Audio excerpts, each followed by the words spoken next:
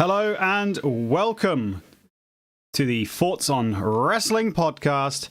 I am your Bobby, and I am your Bobby. I am your Bobby. It's amazing. All right, so listen here, Dan. I might not be the greatest at intros, but the facts remain. This is the Thoughts on Wrestling podcast. It's been a while. I'm out of practice. Everyone get off my back.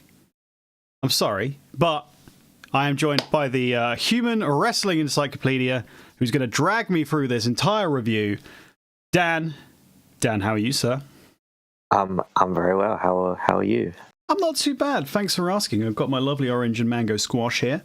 I'm going to take a big unnecessary sip. Just to put everybody off. Tom and Sarah, welcome. In the chatteroony. We're live on Twitch. And we're here to talk about, in a big-time double episode, Dan, I don't know if you realise, but we only seem to do double episodes these days, by mistake. WrestleMania 35, and of course, the infinitely better show, Takeover New York, NXT Takeover New York. Now, my understanding is WrestleMania is still going on as we speak, so... legend has it.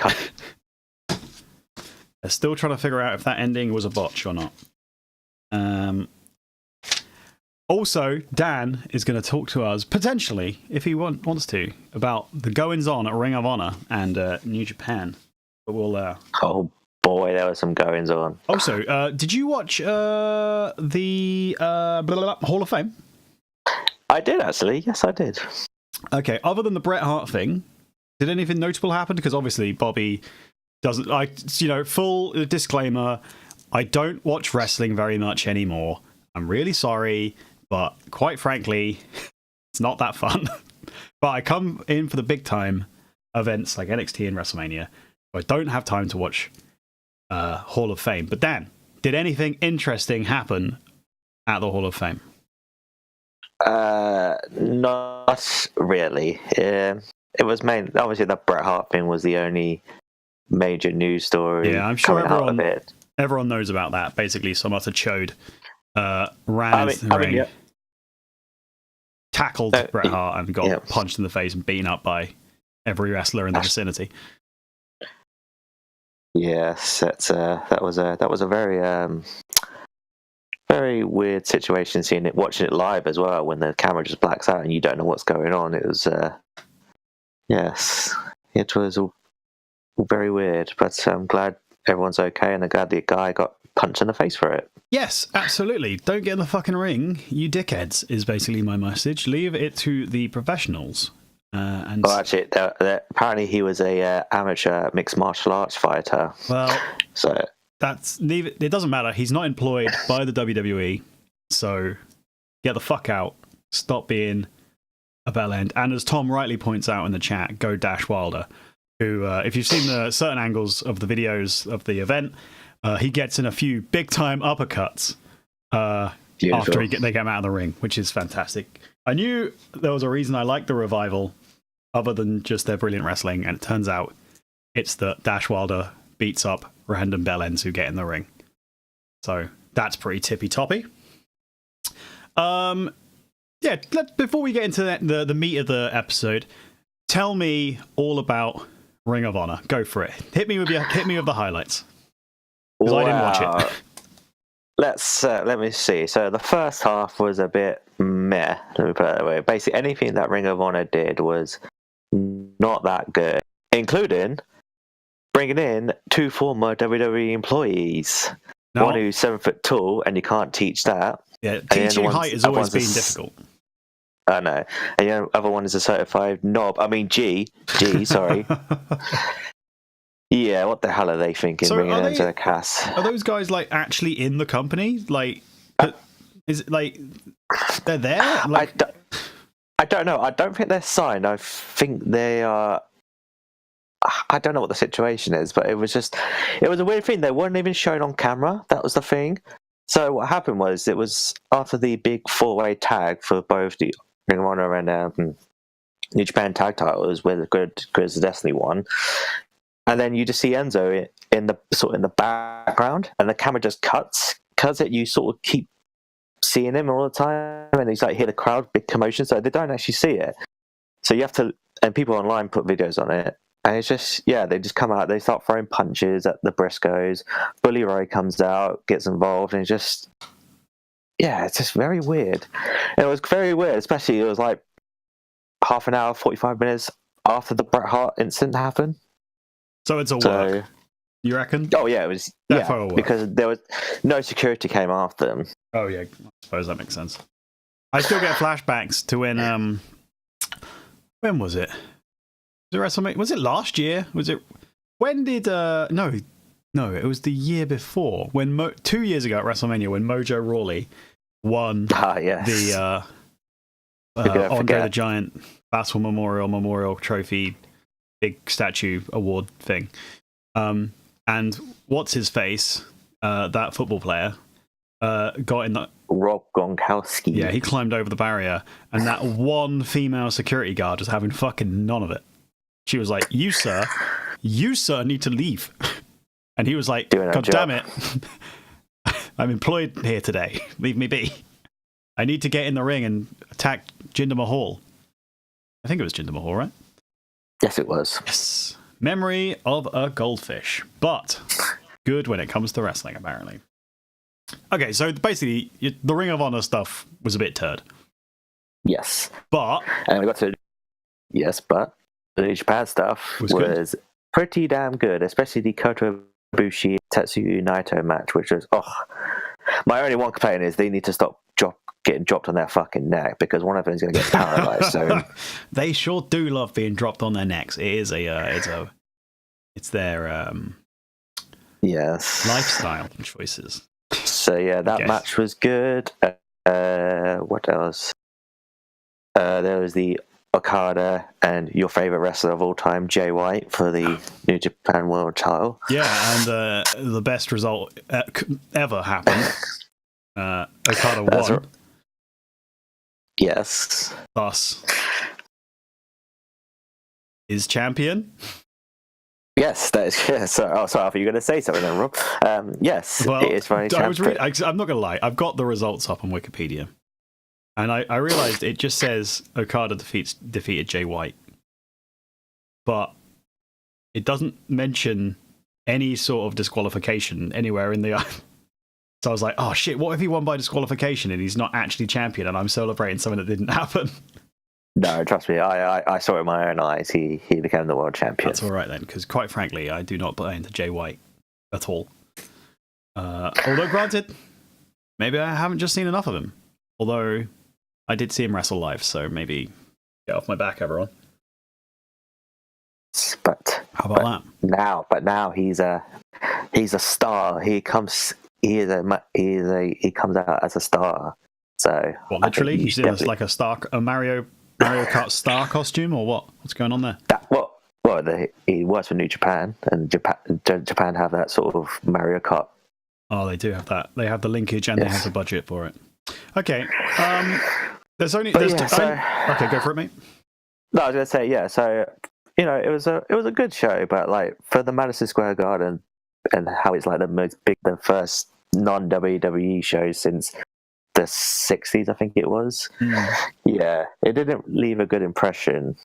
Did it suffer from the fact that everyone no, not good's a harsh word. Everyone, the most popular guys, obviously I'm talking about the Young Bucks and Cody and Omega and all that lot. Did it hurt the fact that they weren't there? I mean, it would have been good if they're there, but it's just, I think it was more the booking of the Ring of Honor side of things, which is weird. Yeah, it just, like, they had Bully Ray did like a 6-man street fight, and it was like, it went on for ages and ages and ages, and it felt like that took quite a bit of time, and then, 15 minutes. It was pretty long match. Yeah, 10 minutes too long. I've got 2 matches I need to question you about. Because again, all I've got is the results in front of me. One, how good was the Jeff Cobb versus Will Ospreay match? Because I love Jeff Cobb. That was actually a good opener. That was a good opener. So that was the only good part of the first half. Fantastic. Yeah. Jeff Cobb, big fan. Fell in love with that guy when I watched him Progress a couple of years back when we did that Progress review. Yes. And also, who is Rush and why did he defeat Dalton Castle, my boy, in 15 seconds? So Rush is a Mexican star. I think he's sort of associated with Los Ingobernables. Try saying that twice when drunk. And yeah, he was. I think everyone was looking to sign him. Ring of Honor got him in the end, so I think they're looking to give him a good push this year because they need to start making more new stars. But Dalton Castle is Dalton Castle, and thus should be. But Dalton Castle's hurt as well. Oh, is he still hurt? Oh yeah, I think he's still messed up. Oh. And he turned heel on the boys as well. What? Oh no, this isn't right. Exactly, it's Ring of Honor bookings. I'm too upset now. We can't talk about this. We're going to have to move on unless you have anything else you'd like to say about Ring of Honor. No, that's it. Was Red Shoes Uno there? Was he there? He was. For the main event, of course. 10 out of 10. What a guy. Sort of ref gets themselves over wearing red shoes. A brilliant ref, that's who. Okay, fantastic. Let's move on to NXT Takeover. Transition to different title screen. Why did I sing JBL's theme tune for that bit? That doesn't make any sense. Cool. NXT Takeover New York. Technically Brooklyn 4, if you think about it, but let's not go into that. Actually, Brooklyn 5. Is it 5? Yeah. What? I think. Yeah, 5, yeah. Holy shit. That makes it worse. This was like the 5th year. That's impressive. Well, technically, it wasn't Brooklyn. It was called New York. So, but yeah, it was. Yeah, but it's in the same arena. I know. So it's Brooklyn for some 5. reason they had it. Well, according to marketing, they had it as New York. So, it's bright idea that was get in the bin. Is SummerSlam in New York again this year? No, it's in Toronto, Canada. Oh, is it? Fair enough. So that should be a fun night. So this should have been Brooklyn 5. Anyway. Yeah. That's enough about me complaining about names. Dan, give me your overall thoughts on this pay-per-view on NXT and give me your impression of the NXT landscape as it lies right now. What are your thoughts in general? Well, I thought the show was absolutely fucking fantastic. Best show of the year so far. Yeah, this NXT in the landscape. Well, I don't. The reason I ask is because yes, a couple of months ago, WWE stole a load of talent. Yes, and now they've also lost Aleister Black and Richard. Of course, they've lost Richard as well. O'Shea. And the spoiler on Raw, Lars Sullivan went up as well. Maybe someone else, I don't know.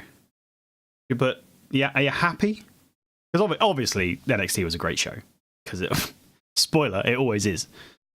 But do you have confidence in it continuing with its current crop? Yeah, because they've got some good people. I mean, Gargano's staying there now. I'm not going to my roster, so that's good. And Christ. I don't know. I mean, more of a question you should ask after the shake-up they're doing next week. Because I don't know if anyone else is going to go up. Wait, is the shake-up next week? Yeah, it is next week, yes. What? That's so soon. I know. So, yeah, I don't know. After they bought those first batch of 6 who have done fuck all pretty much. When they panicked and just brought people up randomly. Yeah, and now they brought Black and Richard O'Shea up. I don't know if they'll bring any more up, but it's I have confidence that Velveteen Dream will stay down as well, which is great news. Oh yeah. And I was really concerned he'd go up and he'd be just classed. I had terrifying visions of Velveteen Dream being another Tyler Breeze. Oh yeah, to be honest, it doesn't matter anyway. It's going to happen at some point, just not now. I know, but I like to stretch it out as long as possible. You know, I like the good times to last as long as possible. I know they won't. If we could leave him in there until Vince dies, that would be even better. So that could be a long time, which I'm happy with. Mm. Well, I thought this match was great. This entire show, all the matches are great, apart from the one I didn't watch. Dan, help me out later. Yeah, NXT is such. I feel like I say the same time every time we talk about NXT, but the way they focus down on 5 matches, 3 pre-show matches, and give them all time. I'm just looking at the times here. Shortest match was almost 40, it was 15:45, so almost 16 minutes. And they've all given time to breathe. All of the feuds are given time to breathe and build and make sense. And they don't rush anything. You don't get end up with like an AJ versus Randy Orton where they, I don't know, looked at each other once for all I care. That was basically the plot as far as I could tell. And yeah, and then the quality of wrestling is always fantastic as well. And not only that, the stories going into the matches make sense. You understand why they're fighting each other.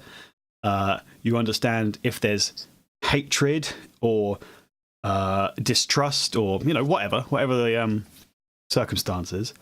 And then the storytelling within matches and the build to the crescendo of like false finishes or surprise ending or whatever builds so well, and you just do not get that on the main roster, in my opinion. That's something you'd agree with, Dan?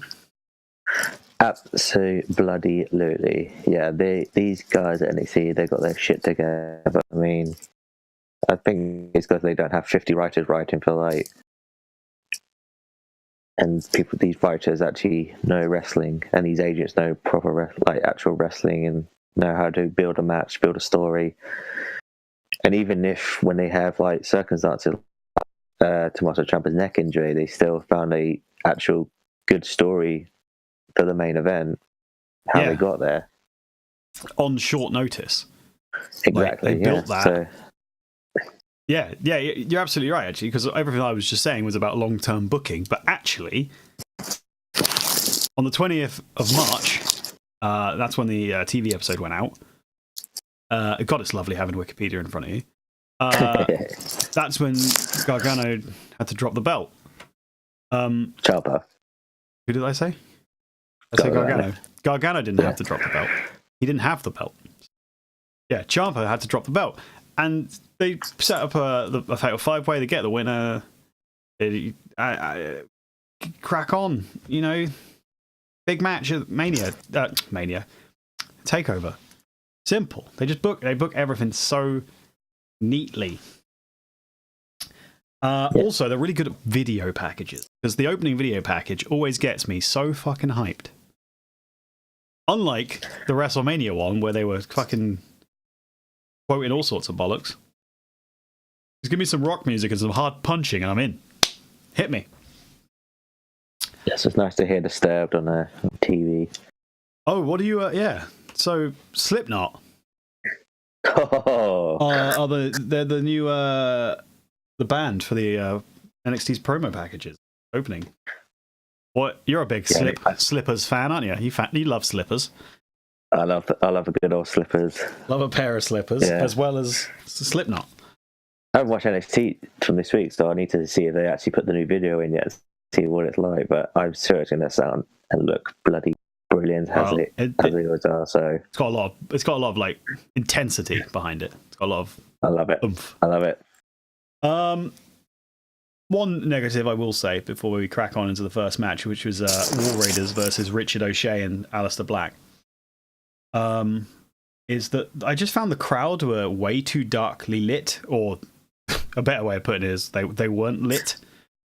Honestly, after the first 5 rows, the stadium could have been empty because I couldn't tell because it was black. Well, these lights are apparently recently been causing so much problems, especially this this weekend that happened.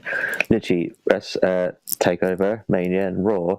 People chanting about the lights, literally like shining in their face, and I don't blame them. That would be the most annoying thing, to pay all that money to have a nice light shining on your face and can't see shit. But isn't this something that's been going on for years? Because I distinctly seem to recall in my head when we were at WrestleMania 32, the tier up and to our left, I'm sure they spent half the time chanting that they couldn't see. I don't remember that, actually. Sure that happened. That's long ago. To be fair, it's not the... I don't know why you'd remember that of all things.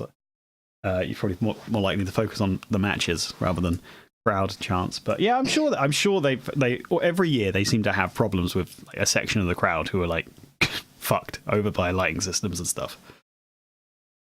Yeah, it's weird. You'd think they'd learn, is all I'm saying. Anyway, let's stop jibber-jabber yapping on about lights and other things. Let's talk about the War Raiders versus Richard O'Shea, Ricochet, and Alistair. Ooh, I've got spooky candles, black. Gone. I'll let you rip away. What do you want to say about this match, Dan? No, I thought this match was fucking fantastic.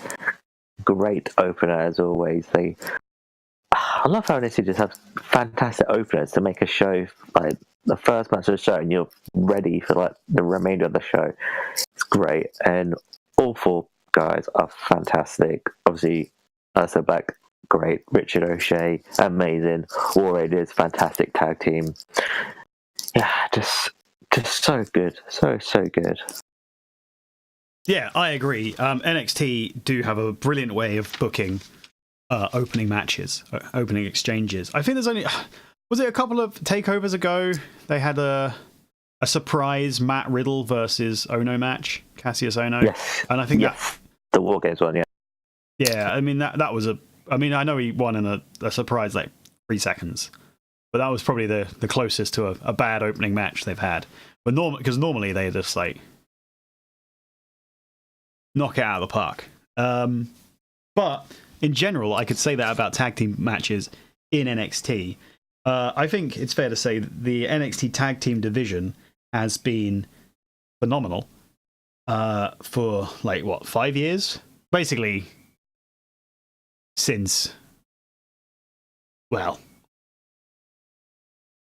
yeah, WrestleMania 30. Process of revival, yeah. When the revival, no, even before then, because listen, I know everyone like hates them now, but before the revival, well, just before the revival, you had Enzo and Cass, and at the same time you had American Alpha. Of course, you had the revival. I mean, those are kind of all they're pretty much on the same time, but those are big names that all came up at once. And then after that, you had DIY. And I know these guys wrestled loads of there's only like 4 or 5 takeovers a year. The same guys tended to wrestle of them. But yeah, Alpha went up, DIY came in, Authors of Pain, and then War Raiders as well. Mustache Mountain. Yeah, I mean, they've put on brilliant matches for half a decade. It's ridiculous. And for a long time, especially when the revival was still around, and then DIY, they were the best matches on the card every time, guaranteed, in my opinion. Yeah, just excellent tag team booking, because they know how to book the matches. They know how to build up. They know how to. When you're watching regular wrestling, and by that I mean WWE main shows, their tag team matches seem so formulaic and just like uninspired. And then you come to NXT and they follow similar patterns. You know, the heels like cut off the ring, and depending on who's doing it, it's really good or brilliant. But yeah, it's up there. I do have to mention, however, that I'm not entirely sure the War Raiders entrance makes them look as cool as it possibly could. Because their They end up having to crawl on their bellies through the smoke for a while, get to the middle. And they look a little bit ridiculous. I'm just going to be honest with you. I'm going to throw it out there. Maybe they could just walk out in a load of smoke and look brickard. That's all I'm saying. You need to crawl like a bird on its belly. Futurama reference for you there. Also, they had some out of tune drums beating along with them, and they sounded pretty shit. Well, what's her face did it? Married to Hanson or Rowe, whatever. Sarah Logan. That's it. Yeah, I was desperately trying to remember her name. I was filling time. Yeah, she is married. He is married to Sarah Logan, and that makes her garb makes far more sense when you know that, because she's basically dressed as if she's like the third member of that group. When you think about it, here's a question for you though, Dan. Aleister Black, right? He looks like an absolute massive deal when he's on NXT, and he kind of still keeps that. Or at least he kept it until the end of WrestleMania. But do you think he's going to remain the same? Do you reckon he's going to keep feeling like such a big deal? Or do you reckon he's kind of going to get lost in the shuffle? Well, so far he's been somewhat protected. I do think he'll be lost in the shuffle, just like Richard O'Shea will as well, and just like every other NXT call-up will be as well. Yeah, it's a shame because he's very talented and very good. He's different, so that, and you know, people should have like different wrestlers on their roster to stand out from each other. But obviously, Vince is not going to understand a guy with tattoos who likes death metal music. Do you reckon he's too skinny, or not? Perhaps ripped enough? Do you reckon he's lacking in beef? Is my real question. Well, Vince loves his beef, so I imagine he probably thinks so. I don't give a damn about his look, as long as he can wrestle in it, entertain the crowd. That's all that matters. Yeah, I know. I know you don't give a damn, Dan. But I'm asking if Vince gives a damn, and if that's going to hurt his push. Oh no, as I said, yeah, of course it will. What is going to hurt his push? Anyway, it doesn't matter. Like I said, anything NXT gets pushed to the side, and they're going to push their homemade guys.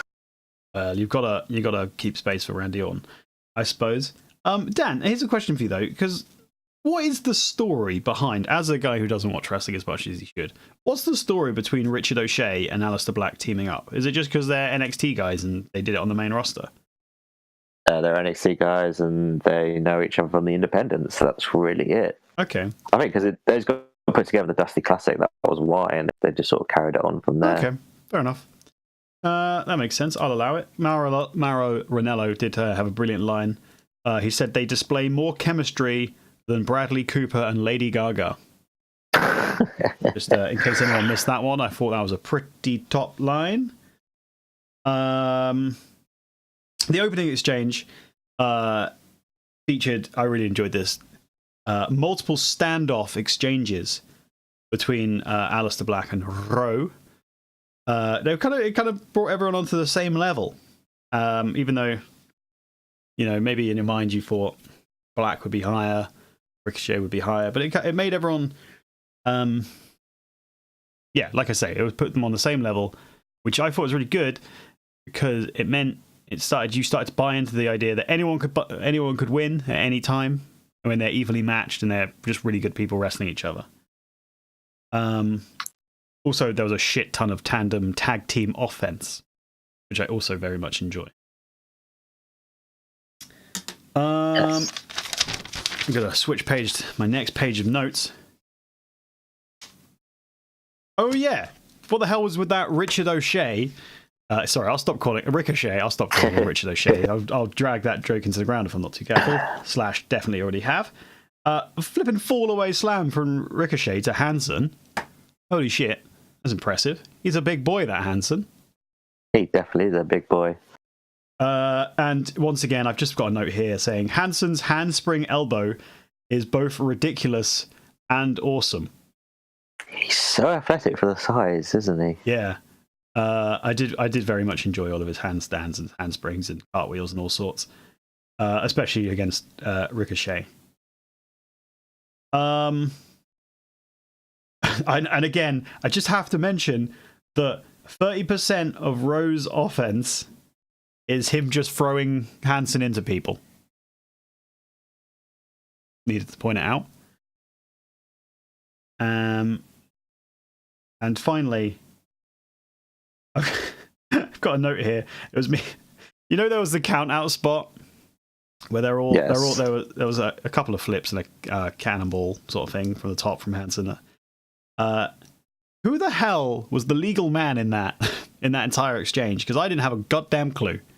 No, neither do I. I can't remember. I've written here, get control ref, and then ... Or maybe you had total control and I'm just confused. So, 10 out of 10, Bobby notes there. You know what they need to do? You know, like, in wrestling games, you can have those features where, like, you could have, like, it could tell you which wrestler you're actually facing. Mm.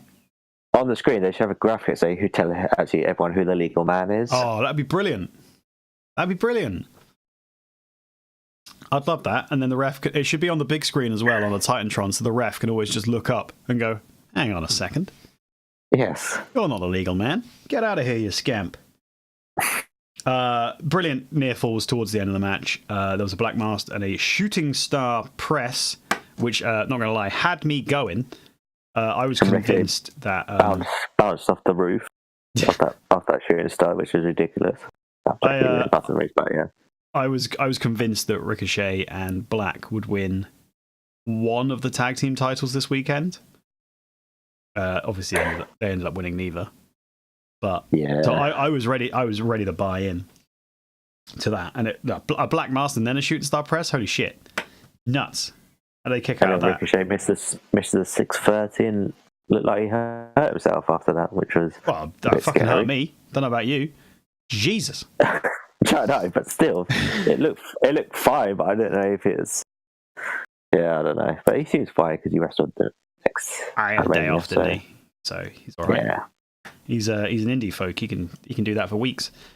So after that, the War Raiders turn the tables and end up retaining the titles. Fantastic match. Both teams could have won. Generally thought both teams could have won at different points with the false finishes. And just a note, really, I really enjoyed the fact that the tag team who've been tagging together the longest won, rather than the guys who are kind of I'll say it, the guys who are bigger single stars, even though they have been tagging on and off for a little bit, because WWE in recent years has always accidentally shat on tag teams by mistake. Like the tag team champions would lose to Roman Reigns, for example, in a handicap match, and you're like, come on, they're a tag team. This is what they do. They beat people up in one-on-one situations. So I was really glad that didn't happen. Daniel, anything you'd like to add before we move on? No, that's all I got to say on that. Good match, fantastic match, great opener. All good in my eyes. Yeah, I think we said it already at the start before I started going into the specifics. It was a really good match, pretty fast-paced. Plenty of false finishes. The next match is Velveteen Dream versus Matt Riddle for the NXT North American Championship. God, I love Velveteen Dream. He is fan-freaking-tastic. I love his character. It's so ridiculous that he actually came from Tough Enough. Like, that shouldn't have happened. He's like 23, I think, years old. What did you think of Velveteen Dream's entrance this time around? And I knew it was going to be something flashing, something doing New York sort of stuff. So yeah, but no, really, really, really good, very Velveteen Dream-esque entrance from him.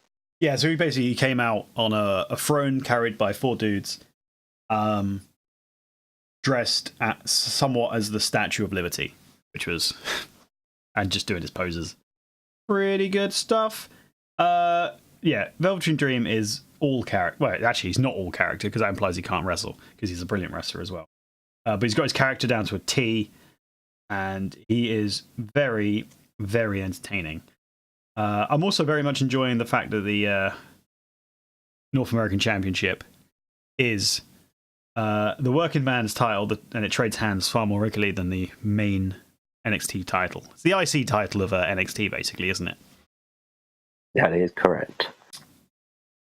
However, what I can say is I'm not a fan of Matt Riddle.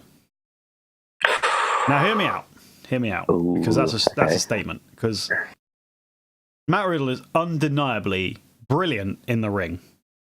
He's got intensity. His matches, fights look real. He is an excellent wrestler. However, and none of that matters to me because he says the word bro far too often, and I'm petty, shallow like that. So he annoys me. Not gonna lie about it. Yeah, he winds me right up. Good God, can he knee someone in the face? Also, his submission's called the Bro Mission, and I just can't allow that. I'm sorry. That's it. That's minus marks in my book forevermore. He's the king of bros. That's him. I know he's the king of bros, but he's relaxed, chilled, weed smoker. He didn't look that chilled towards the end of the match. He was losing his cool. I'll tell you that. He was getting well pissed off with old Velveteen Dream, who kept kicking out of all of his shit. Again, he was getting a stressy pants. I actually thought he was going to turn heel at the end. Mate, he won't turn heel. I think he'll be in run for the titles, more titles soon. Yeah, you reckon? Yeah. I don't know who else really you could do. Well, for the world title, I mean, you've got Adam Cole, Bebe. Well, unless they actually are going up on the main roster. God, I hope that. Yeah. Oh God, don't. I mean, that would be a disaster if they were. I mean, for other people who should win. Good evening, Undead. By the way, welcome. I see you in chat. What did you think of NXT? Let us know.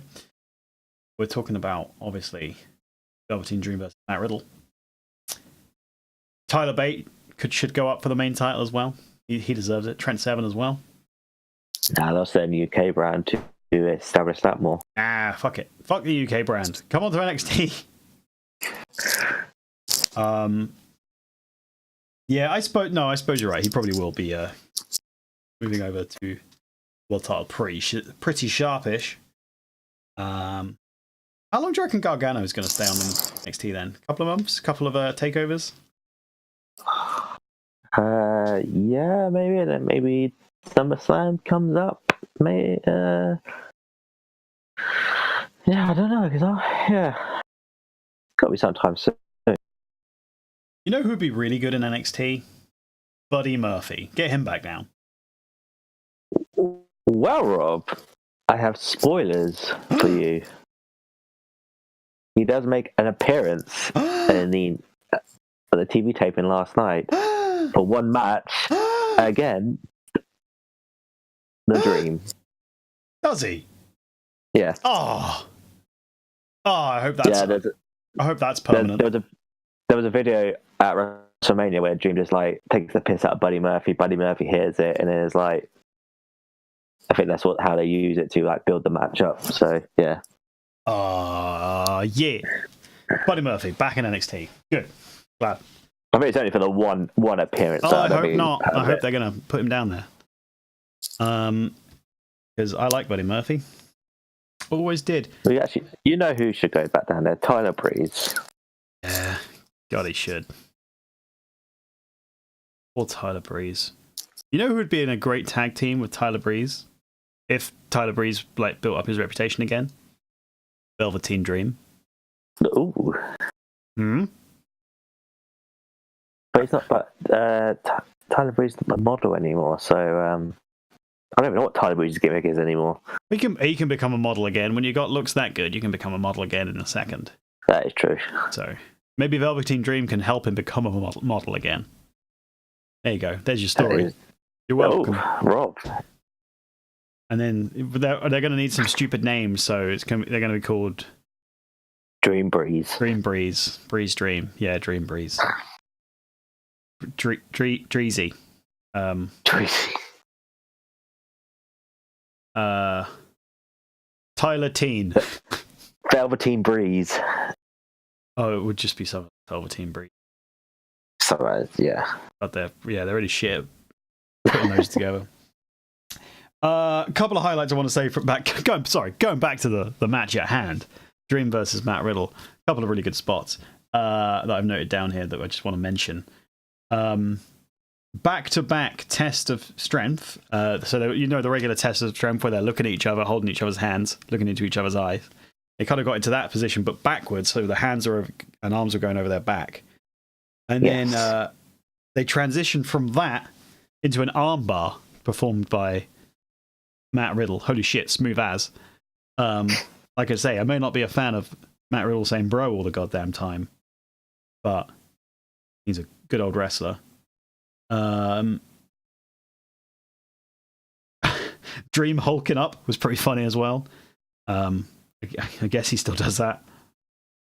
And holy shit, that German from the outside, well, kind of. Dream was standing on the outside, and Matt Riddle was standing on the inside on the middle rope, and he hit a German suplex. Yeah, was that the one where his neck he landed right on his neck? Yeah, it was high. It was fucking nasty. Here's my summary of the match before I let you give me your thoughts down. Basically, the match is Riddle out wrestling and out striking Velveteen Dream, but Velveteen Dream just keeps kicking out, keeps on surviving, and then eventually reverses the bro mission into a pinfall, into a pin attempt, and steals, quote unquote, the victory for a surprise win. I thought it was brilliant. Velveteen Dream looked good for surviving for so long, and smart for winning, and Matt Riddle looked really good for kicking the shit out of someone, I suppose. But what were your thoughts? I thought it was a really, really good match. Yes, I mean, I agree with everything you said. Yeah, I don't remember much of it actually. Yeah, I remember that German just looked nasty in there. So, people, can you stop getting dropped on your necks? We do want you healthy. If you want an example, look at Tommaso Ciampa, who's been in the hospital for under surgery. Come on, people, get your shit together. Protect yourselves, guys. Protect yourself. Indeed. Tuck your chins in. But yeah, good match. I thought the tag was better than this, but yeah, I still enjoyed this very much. Yeah, I think I enjoyed the tag team match. But good match. Good match. Moving on, swiftly on, to Volta, the ring general. He defeated the longest reigning UK champion, Pete Dunne, almost 700 days as champion. Won that back in 2017 against Tyler Bate, almost said Tyler Breeze. They didn't beat Tyler Breeze for it. As far as I'm aware, Tyler Breeze has never had an opportunity. And really, because I haven't watched the NXT UK stuff, he hasn't defended the title that often. Really. No. It kind of got forgotten about, didn't it?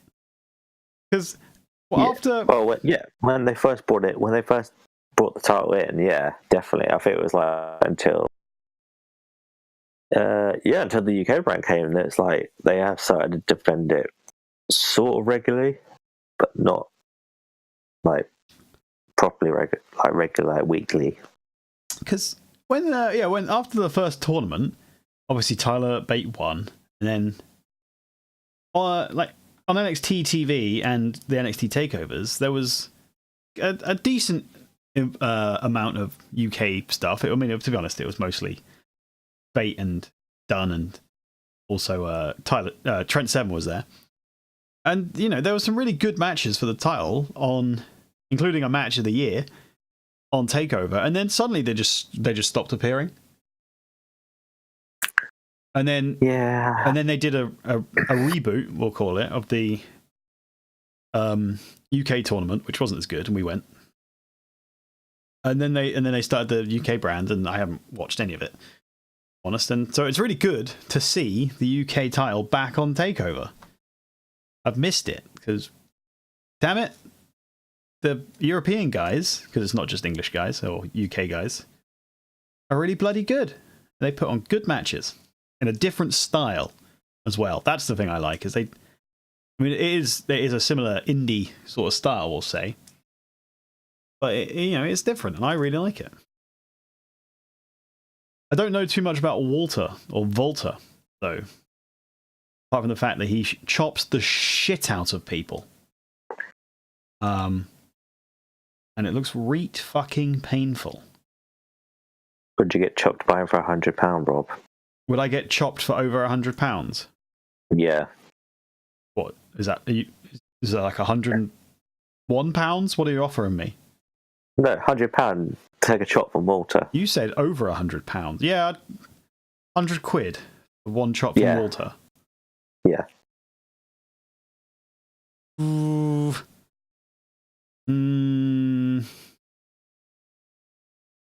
No, I don't think I would.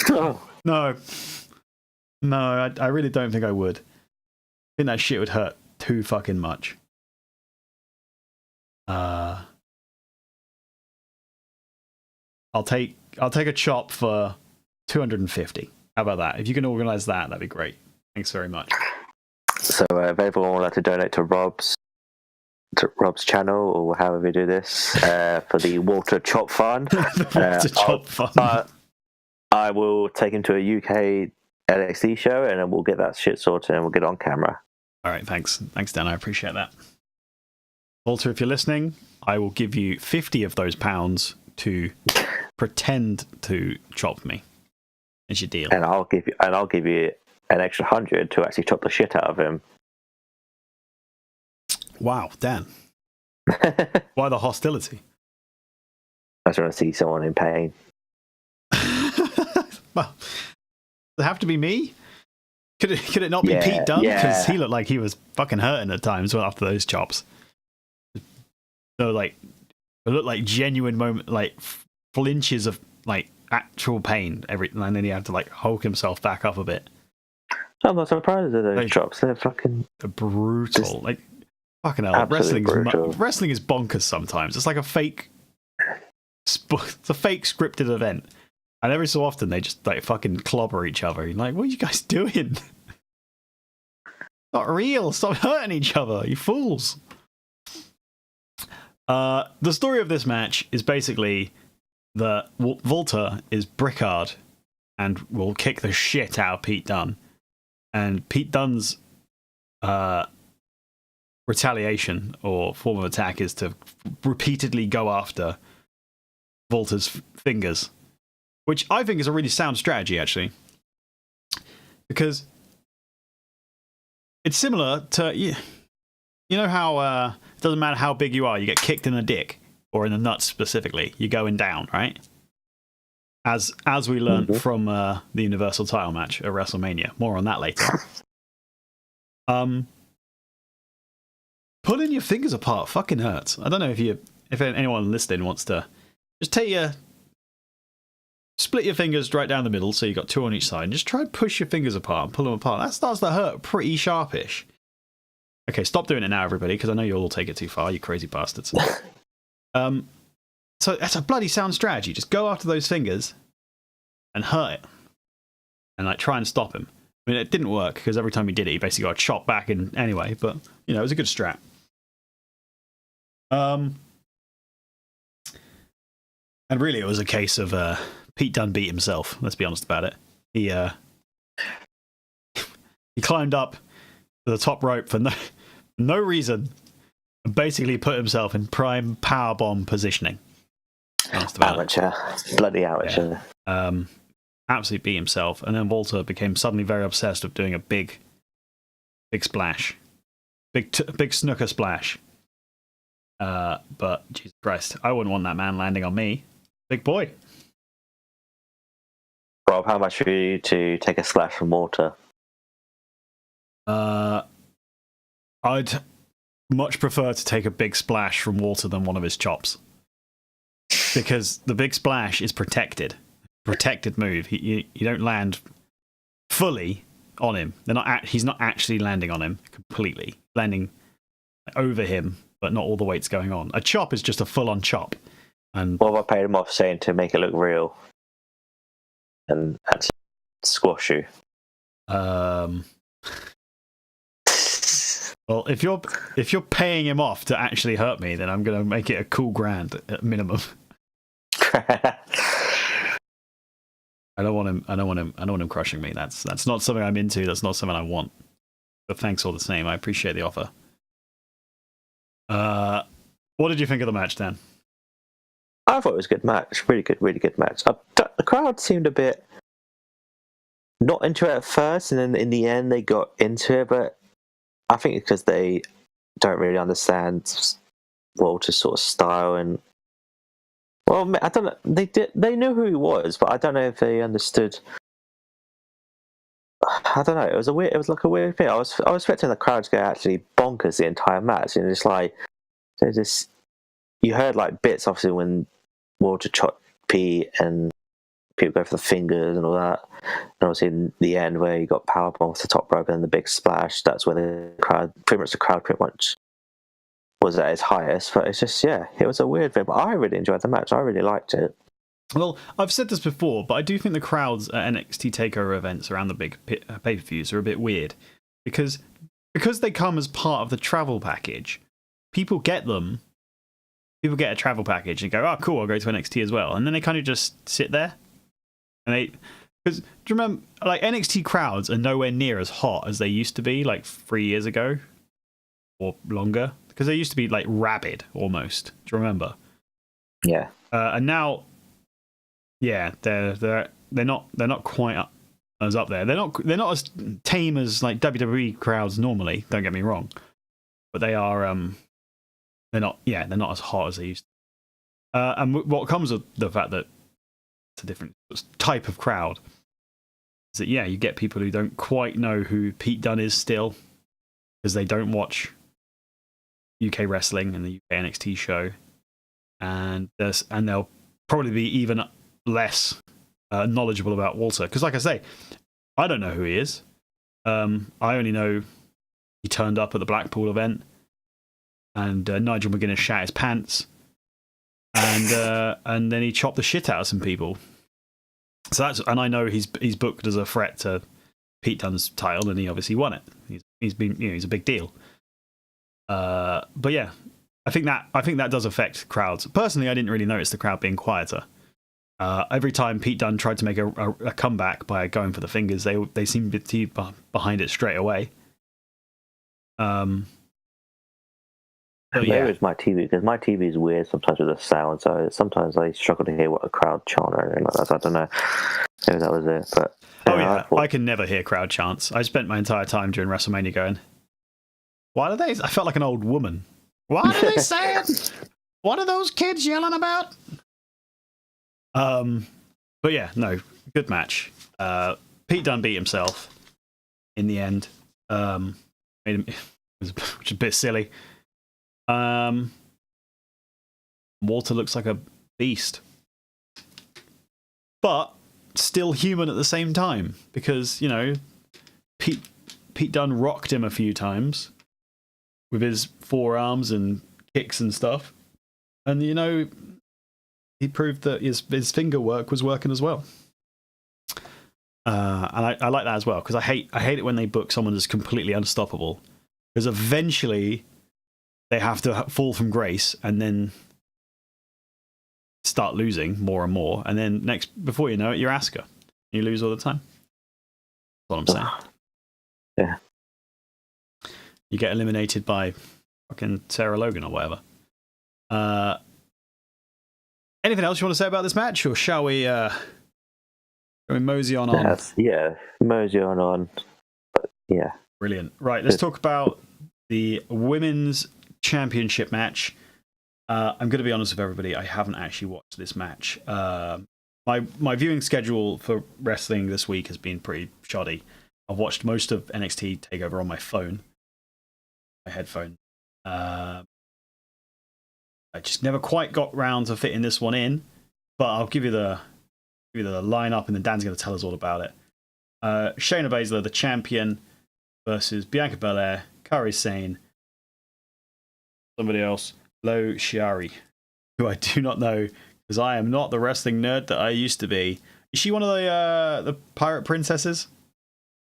No, she was from Stardom, the women's Japanese promotion. I don't know who she is. I'm really bad. Sorry, guys. I do apologize. I'll hand in my wrestling card. If you mean Pirate Princess is any Kairi Sane's tag team partner, then yes. Oh, that's exactly what I meant. Sorry, I don't know what. You had a mind blank. Yeah. It's fine. No worries. I did. So it was a fatal four-way match for the NXT Women's Championship. Baszler won again. I've really come to like Baszler and her dickhead attitude. She's a good heel. Opinion. I think, as I've always said in every podcast we do, I think she does one of the best entrance theme songs of NXT. It's really good. It's a really good theme. It's got to be said. And she comes like a massive star, a good presence, and yeah, I like her.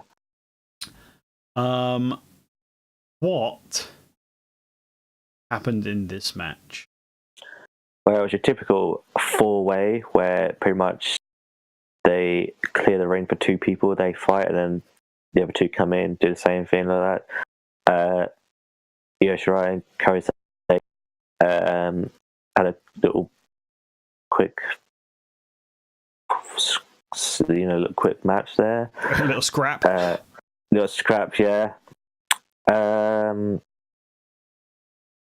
It was just your typical four-way. Belair did the I can't remember what's her finisher, but she did to both Sane and Shirai and Zayn. I think it's like I can't remember what the hell. But she did to both, and she picked them up and did her finisher, which I can't exactly remember. I apologise, people. I'm not.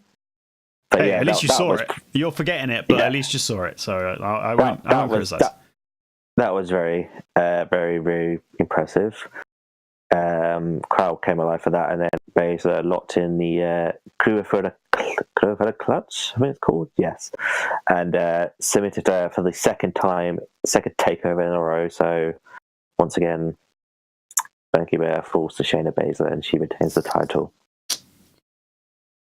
Now, my only real question about this match is: did Bianca Belair spend the entire time holding her hair while she was doing moves again? She does the rest of the. I can't exactly remember, actually. I'm going to answer the question for you. She 10 out of 10 did, because that's what she always does. Next time you watch Bianca Belair match, everybody, watch what she does, and you will not be able to unsee it. I apologise. I've just ruined Bianca Belair for you. It's scarred Rob for life. It has. It's annoying. It's the equivalent of Ronda Rousey forever fixing her trunks. Oh, Jock's Watch. Yeah. Shout out to SW for those. Shout out to those much more talented podcasters. Highly recommend if you haven't / don't know who they are. Okay. Sorry for having to skip past that match because I can't say any more about it.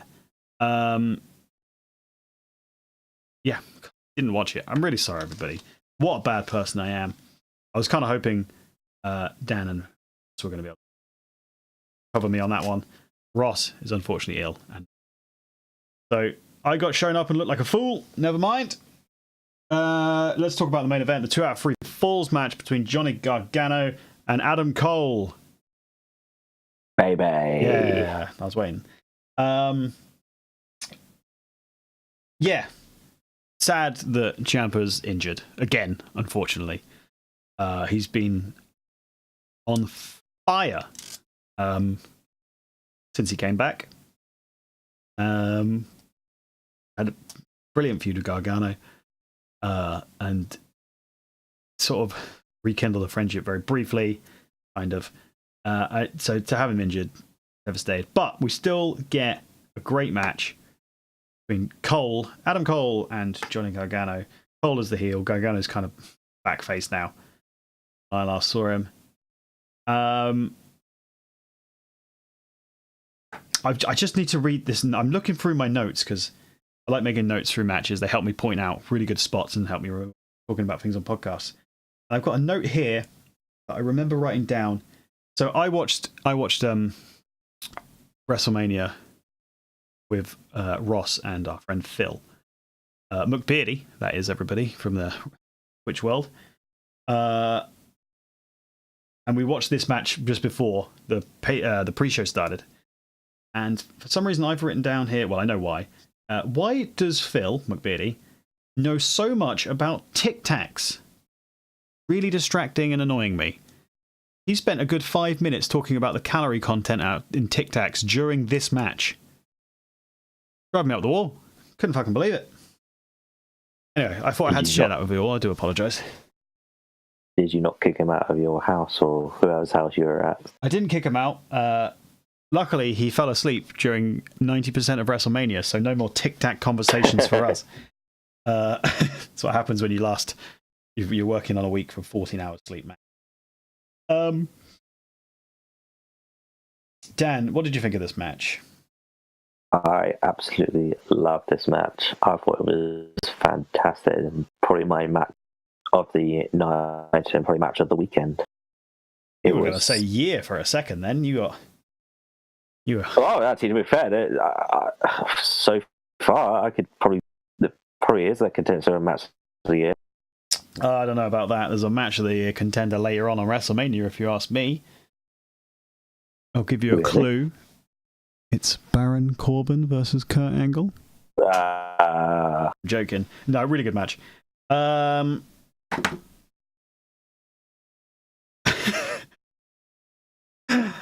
I missed the first fall though because I was texting, so we had to rewind it and I had to watch it again because I'm an idiot. What's going on? I'm sorry. I was probably texting someone about McBeardy telling me about Kit Kats, Tic Tacs. I will say this though: the first two falls I did think were really quite sluggish. Specifically, Adam Cole. I thought they were saving their energy for the last and final fall. It did. I'm going to be honest with you. It felt a little sloppy for two guys of this caliber, and they were lethargic. Is the word I'm looking for. Hey, Mayhem. Mayhem says she would fall asleep at wrestling. Well, Mayhem, thanks for stopping by to the wrestling podcast. Appreciate it. What do you say about that, Dan? I remember watching it. I didn't because I've seen complaints online about this match. Both that the first two falls were a bit meh, and that the last fall obviously was very overbooked and like overdone and all that stuff. I only watched it the once live, and I don't remember anything like being disappointed or anything like that. I thought they were pretty decent. Obviously, they had to stay their energy because they're going to go full out in the last fall for the win. But yeah, no, I don't have a problem with it. Thank you for those bits, Mayhem. I don't know why my song didn't play there for the bits. It should be money. Money, money, money, money. Money, money, money, money, money, money. You're not going to put Shane McMahon's theme on? That's for donations, my friend. Oh. Yes. Right, okay. Let me talk about those 2 points you just made. About the falls, the first two falls being very quick, which they were, and the second one and the last one being overbooked, which it was. The first fall, which was Adam Cole's fall, the one he won. Okay.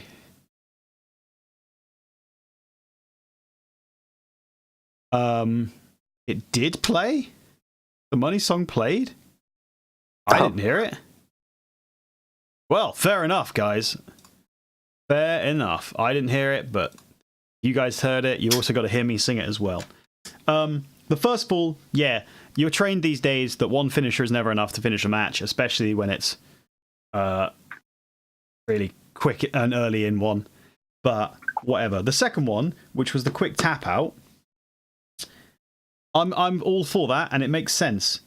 Yes, I am as well. You think about this, right? Logically, you're in a submission move. Now, you can either spend 3 minutes in that move taking more and more damage, or you can tap out now, take no damage at all, basically, and be fitter and ready for the for that final and all important third fall. So I'm all about that. Also, Brock Lesnar gets to end matches at the drop of a hat with a submission move, so everyone else should as well. And I think it should be something that happens more often. Sudden submission finishes from everyone. Especially when they have like an actual submission as their finisher. Just every so often they should just like get someone with it. Get them locked in. I agree. Also, there was a Canadian destroyer in this match. Dan, don't know if you noticed. Normally, I am a big party pooper of the Canadian destroyer, as you may know. I think we've talked about it before. Not a fan. I'm not a fan of it because the person who's receiving the move has to do all the work. They have to do the flip, basically. However, this time around, Adam Cole does the Canadian destroyer after jumping from the most dangerous rope, Brett's rope, the second rope up. So he jumps down and into the Canadian destroyer, which makes it look more realistic because it's involving his momentum from his jump. Brilliant. I'm all about it. What did you think? Yes, I think ever since Rey Mysterio did that Canadian Destroyer on SmackDown, I think they've started to allow it little by little now. Yeah, NXT's always been allowed slightly more leeway as well than the main roster, in fairness. They were doing... what was the one Bailey did? Oh, the reverse Hurricane Rana. Yeah. And everyone was like, what the fuck? Because we just don't see that sort of stuff in WWE. Mayhem says she's a big fan of the women's costumes, the background. I've got the women there. I think my image there is a bit cluttered, actually. I've got the traditional the Sports and Wrestling podcast layout of one or two guys at the front of the logo, and then a background. But there's like 8 people on screen. It's a bit of a mess, perhaps, but never mind. And then, of course, yeah, we're in the final fall now. The pace of the match has gone from like 2 to 100. It's all kicking off. There's false finishes and whatnot going all over the place. And then, yeah, this is where we get to the overbooked bit, Dan. So, do you want to talk us through the overbooked ending of the match? Well, just Undisputed Era comes out. O'Reilly and Fish do their little up and over. I don't know what they call it. Up high, down low. I don't know if it's called that, but basically, yeah, we'll go with that.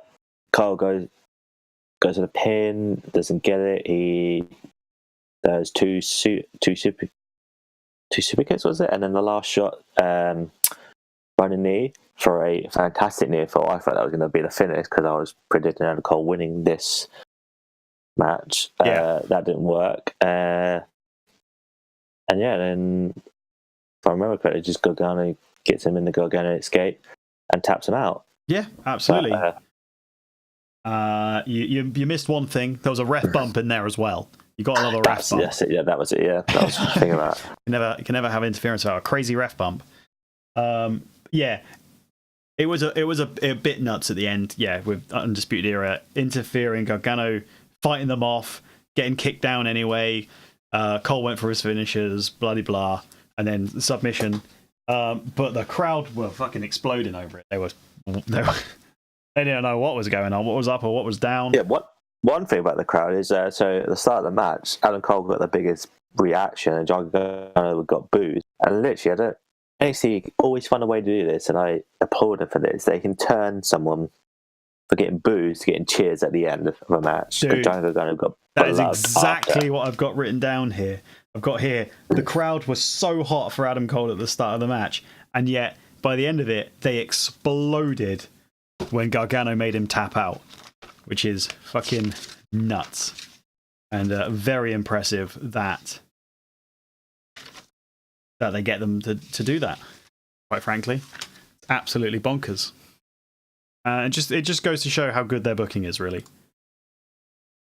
That's the thing. Right. Final thoughts of NXT Takeover New York. New York. Dan. Nice. Brilliant show. Yes, definitely brilliant. Definitely watch this if you haven't yet. It's a good 3 hours. Perfect timing for a wrestling show, don't you think, Rob? I do indeed. We're going to talk about the timings of wrestling shows quite a lot in a minute, actually, believe it or not. Yeah, just 5 matches, all given a decent amount of time. Like I said earlier, the shortest one was over 15 minutes. They all have time to breathe. They all have time to build. They all have time to tell a story. And then, of course, it helps that the quality of the wrestling is really good as well, because just being given time doesn't equal a great match. You need the combo of things. Triple H versus Batista. What? Right, brilliant. Let us talk about something a little different. Instead of talking about wrestling that happened on Friday night, we're going to talk about wrestling that happened on Sunday night. That's right. It's time to talk about WrestleMania, and it's time for another transition. Whose wrestling theme should I sing this time?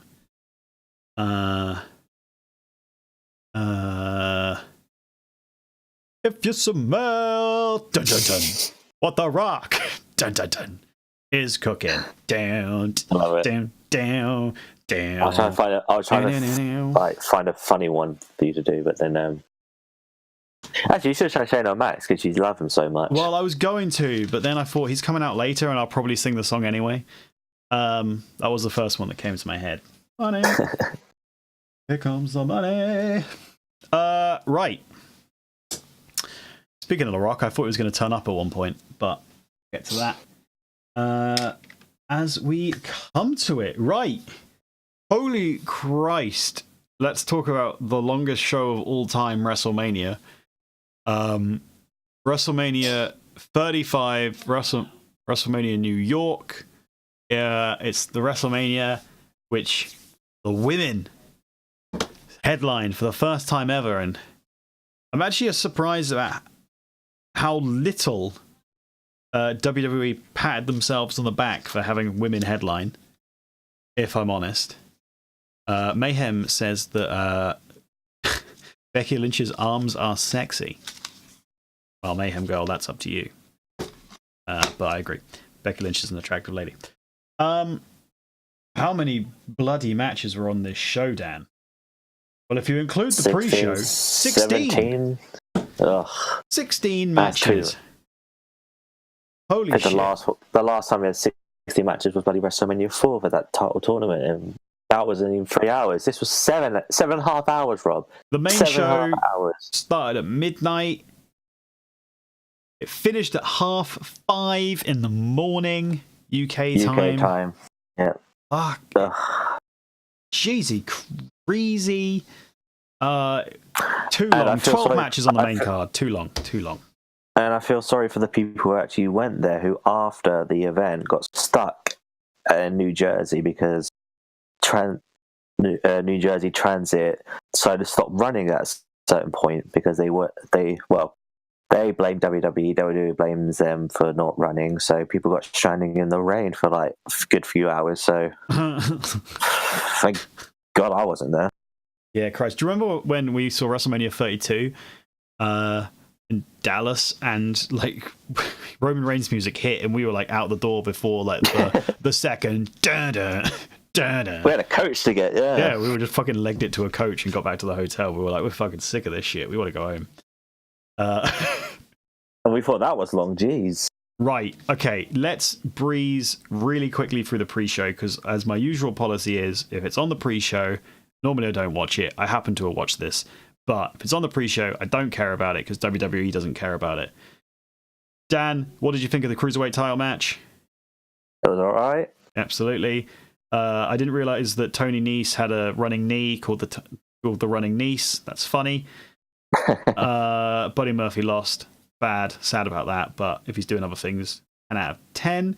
The Cruiserweights always put on good matches as far as I can tell, but no one gives a shit about them because they're always left on the pre-show and no one watches their main show. So, sorry. I'm really, really sorry. The 17-woman WrestleMania Women's Battle Royal, as it's named here. Why couldn't they have found 3 more women? Don't know. It's the battle royals on WrestleMania are boring. I hate them. The fact that we have 2 now just for equality pisses me right off. They should get rid of them both and have proper matches, in my opinion. Carmella won the women's one by eliminating Sarah Logan, who everyone thought won it very briefly and was gobsmacked when she eliminated Asuka. But no, Carmella, lol, Carmella. Dan, any thoughts about this match? No. Brilliant. Kurt Hawkins and Zack Ryder defeated my boys, the Revival, for the Raw Tag Team titles. I'm devastated by this, but I did predict it would happen, so I was prepared. Kurt Hawkins' billion losing streak is over.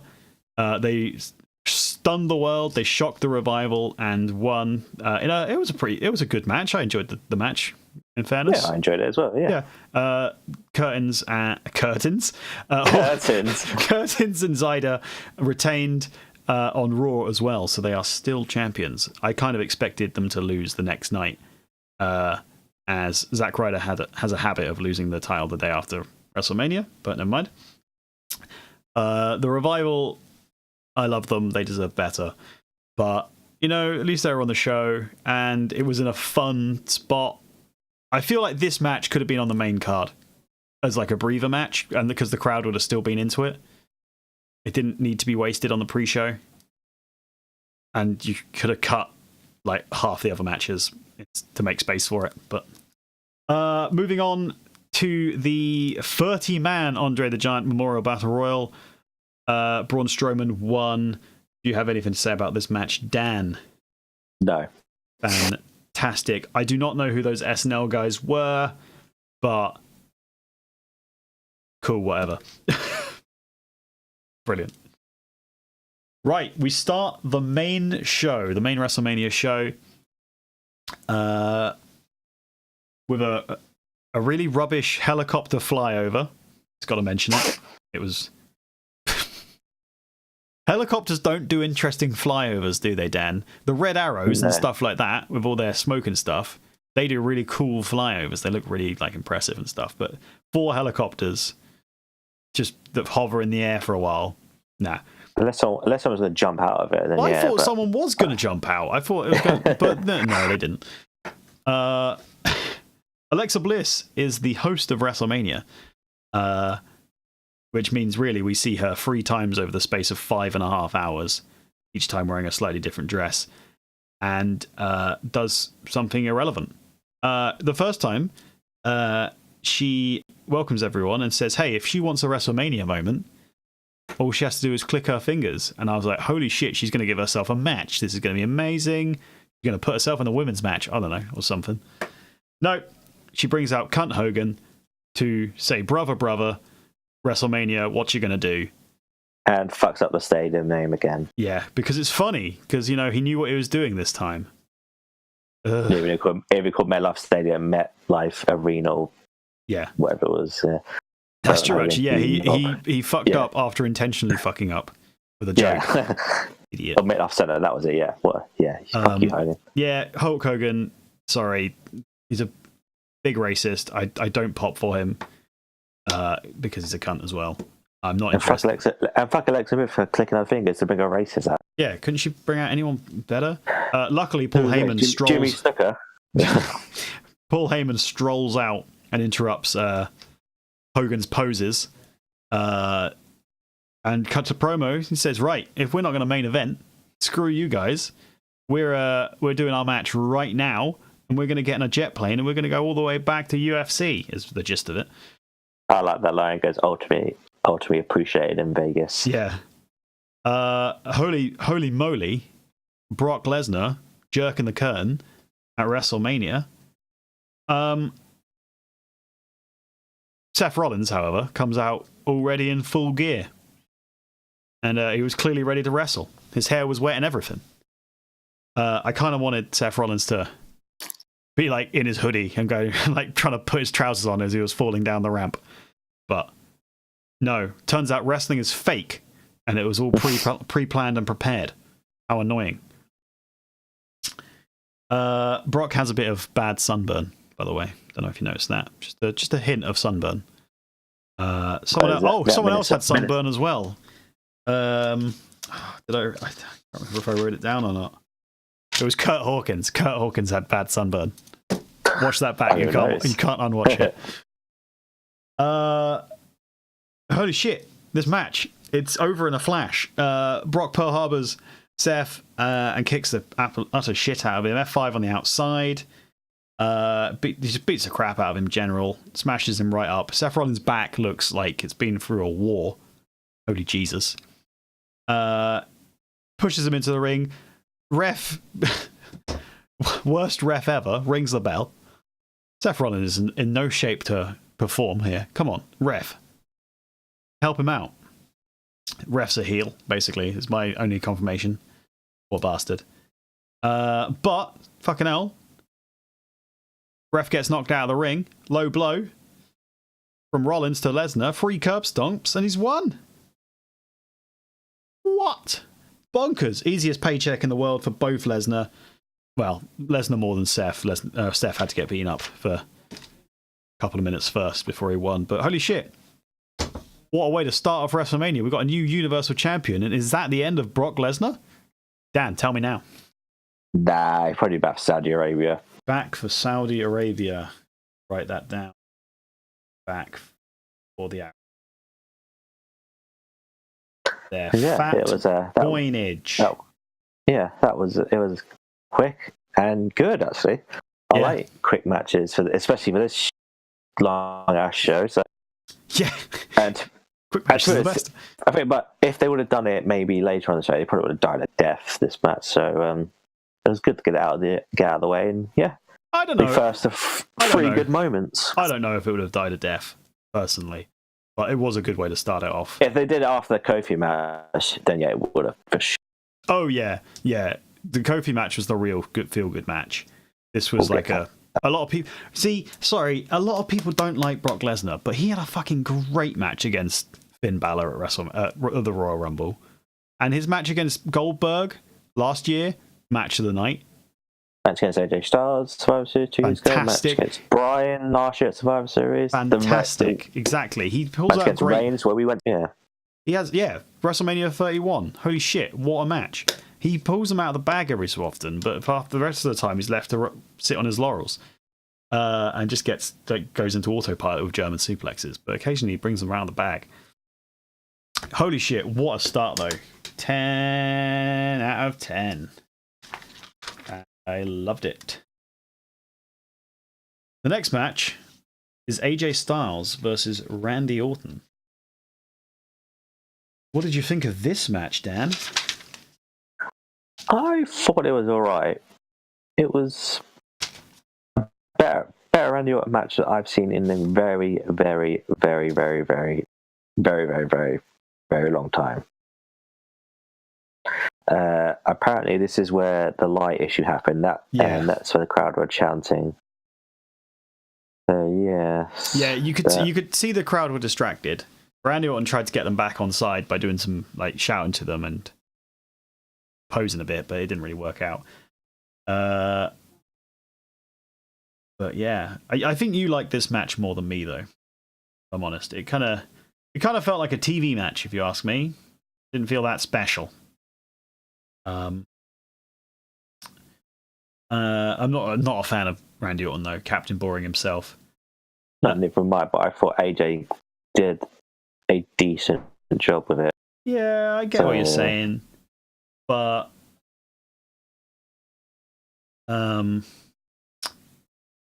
yeah, Orton's just been around too long. It's hard to get excited for him, and yeah, there were some clever moments, like AJ stopping a forearm attempt on the ropes and just dropping back down when Orton was going to counter with an RKO. But it just felt like a nothing match. It really did. It didn't feel like there was any stakes on the line. Literally, there was no food. They weren't fighting for food. But I will say, one day, they both wear kind of waistcoats, jackets to the ring. Orton's got his as a hoodie, and AJ's got his leather version. That's the starting of a good tag team, if you ask me. Oh, I think you're talking about waistcoat on a pole match. Oh, waistcoat on a pole match. Done. Sign it up, Vince. Waistcoat. There we go. Write it down. Rules. Waistcoat on a pole. Yeah. Waistcoat on a pole match. Place the stairs match with that. Fantastic. Love it. Yeah, I'm sorry. This match was okay, but didn't light my world on fire. It was simply all right. Luckily, Lacey Evans comes out next. For some reason. Where were you in the Women's Battle Royal, Lacey Evans? They only had 17 people. Yeah, what the fuck? I picked you to win, so yeah, fuck you, Lacey Evans. Unbelievable. They couldn't get anybody to be in that match. Just sloppy. This is a good time for me to say actually that I did really well in my predictions. I'm just going to scroll over to them. Dan, I don't know how well you did. I'll look at yours in a minute too. Yes, Terry, I did think I might have done quite good, but I know I did horrible in the NXT ones. Jeez. Including the pre-show, I got 1, 2, 3, 4, 5, 6, 7, 8, 9, 10, 11 correct out of 16. But caveat on that, I didn't make predictions for either of the battle royals because I didn't care. You did 1, 2, 3, 4, 5, 6. You went for the Andre the Giant Battle Royal, you bastard. Was that 6, 7, 8, 9, 10, 11? Oh, look at that. Tie. It's a tie. Oh, unbelievable. I'm going to have to go and check what Ross's were now. In the different chit chat real quick.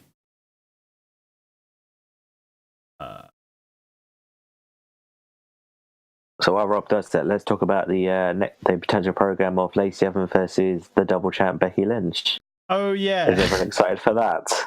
I'm not. What is that about? They sure know how I tell you what this feels like. Remember when Daniel Bryan won the titles at WrestleMania 30? And then Kane. And then they put him in a feud with Kane, and you're like,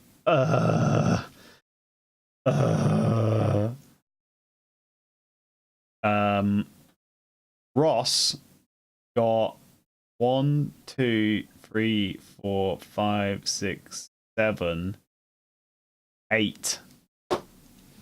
8 right. We smashed him, Dan. We smashed him. Tag team. We're so gosh darn good. So I'm so impressed with my own ability to guess things randomly. Okay, brilliant. Lacey Evans comes out, does fuck all, and now she's challenging Becky Lynch for the titles. Unbelievable. SmackDown tag team match. You got the Usos, Jimmy and Jay versus Aleister Black, Ricochet, Rusev, and Nakamura, who are a tag team now for some reason, and The Bar, Cesaro and Sheamus. And the Usos only went a bloody 1. Nuts. They've been on the main card of WrestleMania 2 years in a row. and they've actually won a match. Unfucking believable. Nuts. However, they did have to come out first. And I hate it when champions come out first. Happens quite a lot, unfortunately, on this show in general. I stopped writing it down after a point because it started pissing me off so much. But the thing with this, Dan, is why are Rusev and Nakamura teaming up? Does SmackDown really have no tag teams? What's this about? Well, think about this. Last year, Shinsuke Nakamura was in a high-profile match. And 1 year later, he is now reduced to tag team status. What the fuck is going on, WWE? What are you doing? I know. He literally won the Rumble and challenged for the title against AJ Styles. And now, makeshift last-minute tag team with Rusev. I mean, at least he's on the show, but yeah. What did you think of his very pervy jacket? Yeah, not a fan of any of his attire anymore. If I'm honest, no, he looks weird. Yeah, I don't like his little suit he wears in the ring now. Yeah, his little bodysuit. Yeah, no, don't like it. Not a fan. Aleister Black comes out with his spooky candles, of course. Do you like the little creak noise that they make when he comes up on the little riser? Oh, I do like that. Yeah, that's commitment. You do? Oh. That's commitment to a bad joke, in my opinion. They've gone overboard. They're like, yeah, this will make it cool.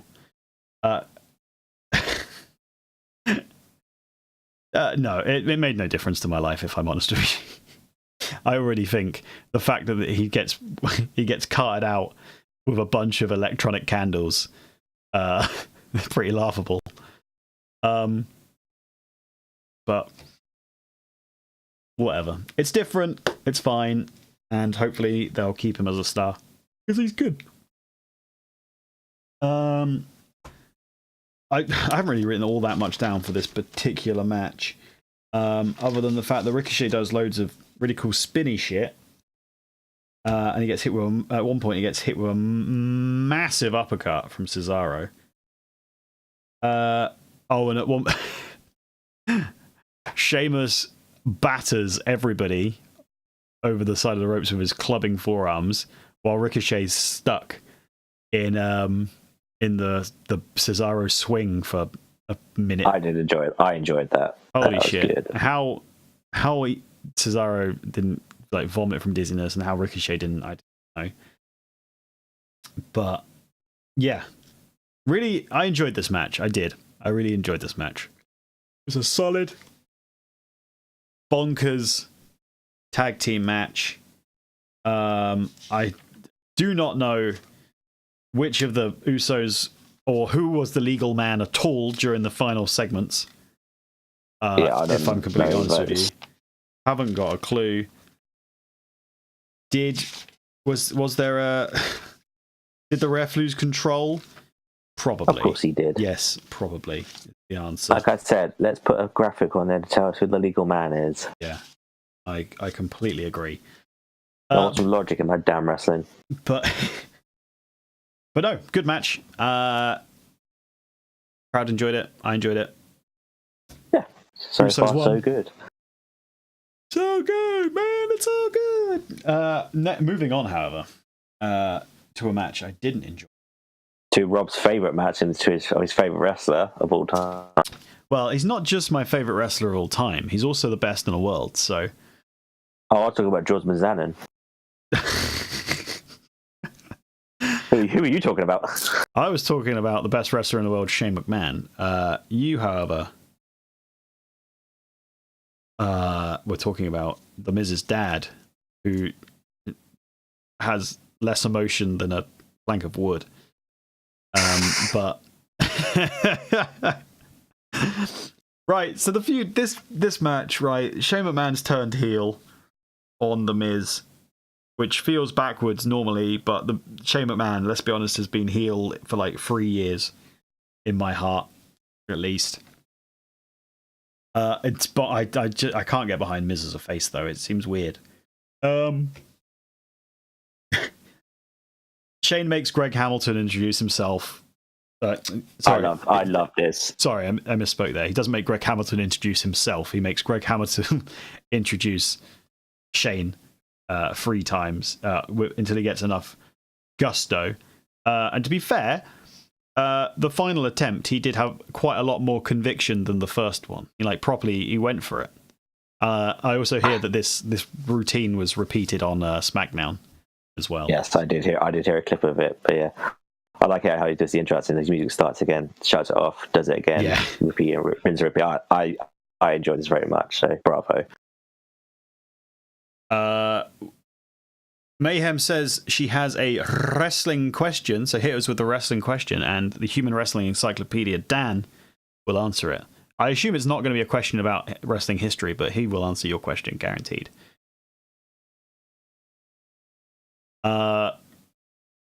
Right.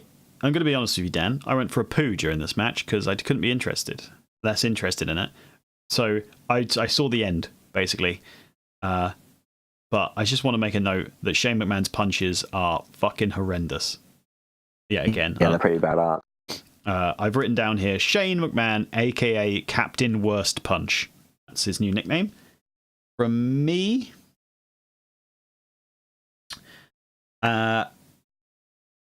But before we continue, here is Mayhem's question. Derailing Shane McMahon's best in the world match. The question from Mayhem is, as she's not a wrestling fan, she's got a question. Do men and women wrestle in the ring together, I assume, or against each other? Or is it a separate gender sport? Dan? Well, so in WWE, it's just mainly they have men face the men, women face the women. They do have like intergender tag team matches where a male and a female on one side and the other side, but they don't very much the females don't wrestle the men and vice versa. Yeah, basically when the male gets tagged in, the other male on the other team automatically becomes the legal man. So they face, and then when they tag the women back in, the other woman becomes legal again. Now outside of WWE, intergender wrestling is actually quite popular, and that does happen quite a lot. So women do wrestle the men, and vice versa. And sometimes it can be good, sometimes it's a bit meh. But yeah, it happens. Yeah, it does happen. Some of the biggest reactions are when women get in the ring against the men. To be fair. A couple of years ago, Stephanie McMahon got pushed through a table by a man, and everyone went fucking bonkers for that. This year, Ronda Rousey last year at Mania. Yeah, just exactly. Last year, Ronda Rousey took on Triple H in what was meant to be an intergender wrestling match with the rules we just described, but yeah, Ronda said, no, fuck you, I'm going to take on Triple H and like beat the shit out of him for a little bit, which is pretty funny. We were mentioning Nia Jax for the Rumble this year. Yes, that did happen. But it shouldn't have happened because legally that spot wasn't hers. That's Becky Lynch. Becky Lynch had to ask Finlay politely to get into the ring when Lana was injured. Fucking Nia Jax took out R-Truth and tried to take his spot. What about the rules, Dan? What about the rules? What rules? There was no rules. Good point. Mayhem says she has more respect for the sport, which I appreciate the fact you referred to it as a sport instead of a sitcom, which it is. Dan, give us. Let's get moving back to Miz versus Shane O'Mac. Obviously, it's going to be the best match of the night because Shane McMahon's the best in the world, but other than the really dumb ending and that golf cart spot, did anything actually happen? Oh, so were you in the toilet when the Miz's dad came in the ring? Yeah, I missed the Miz's dad get in the ring. You missed a good meme. Yeah. So basically what happened was Shane was going to do his table spot and Miz's dad got in the way. So I think Shane invited him into the ring. Miz's dad went to the ring, puts Dukes up, comes into the station, and then Shane just beats shit out of it.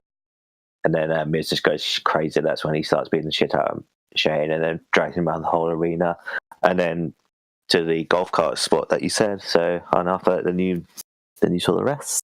Yeah, so the golf cart spot was pretty nuts. Shane got knocked over a barrier. I presume was meant to. He jumped. Well, yeah, he launched himself over a barrier, effectively. Landed on the golf cart for about a split second, and then fell off the roof and fell another 4 to 5, 6 feet down onto the concrete below. Ow. Jesus. 50 years old. He should be. I mean, to be fair, it's impressive that he keeps going so well, because like he gets blown out in a match after like 2 minutes. Yeah. Like he's a big sweaty He sweats doing his entrance. Yeah, he does sweat. He sweats more than Brock Lesnar, and Lesnar sweats a lot. But Lesnar's like in shape, and he's just a big dude. Shane McMahon looks like he could pass out at any second. And then we get to the final spot. For some reason, Shane McMahon climbs to the top of the hard cam scaffolding, and we're trying to escape. Miz catches up with him. Shane pleads for his life. Miz is like, no, you're a dickhead, mate. I don't think so. And then proceeds to do the worst move possible, a suplex onto some boxes. Personally, I'd have gone for like a power bomb or a big kick in the dick and just pushed him over or something. But no, do a move to yourself at the same time. Why not? Good one. And then because it's a suplex, Shane lands on top of Miz, and the ref comes and counts. I do have one question. I'm not entirely sure how. Don't your shoulders have to be on a flat surface? Surely to be counted down as a free count? Is that not a thing? Is that crumpled set of boxes was not a flat surface? When it comes to hardcore and sports kind of matches, I think the rules are just thrown out the window. Okay, yeah, maybe that's fair enough. Honestly, I've already talked about this match far more than I wanted to, because fuck Shane McMahon. I'm sick of his goddamn ego trips that take up how much of the card? 15 minutes of WrestleMania this took up just for Shane McMahon's yearly ego trip where he has to appear. He's getting worse than Triple H, honestly. Go away and stop wrestling. Very annoying.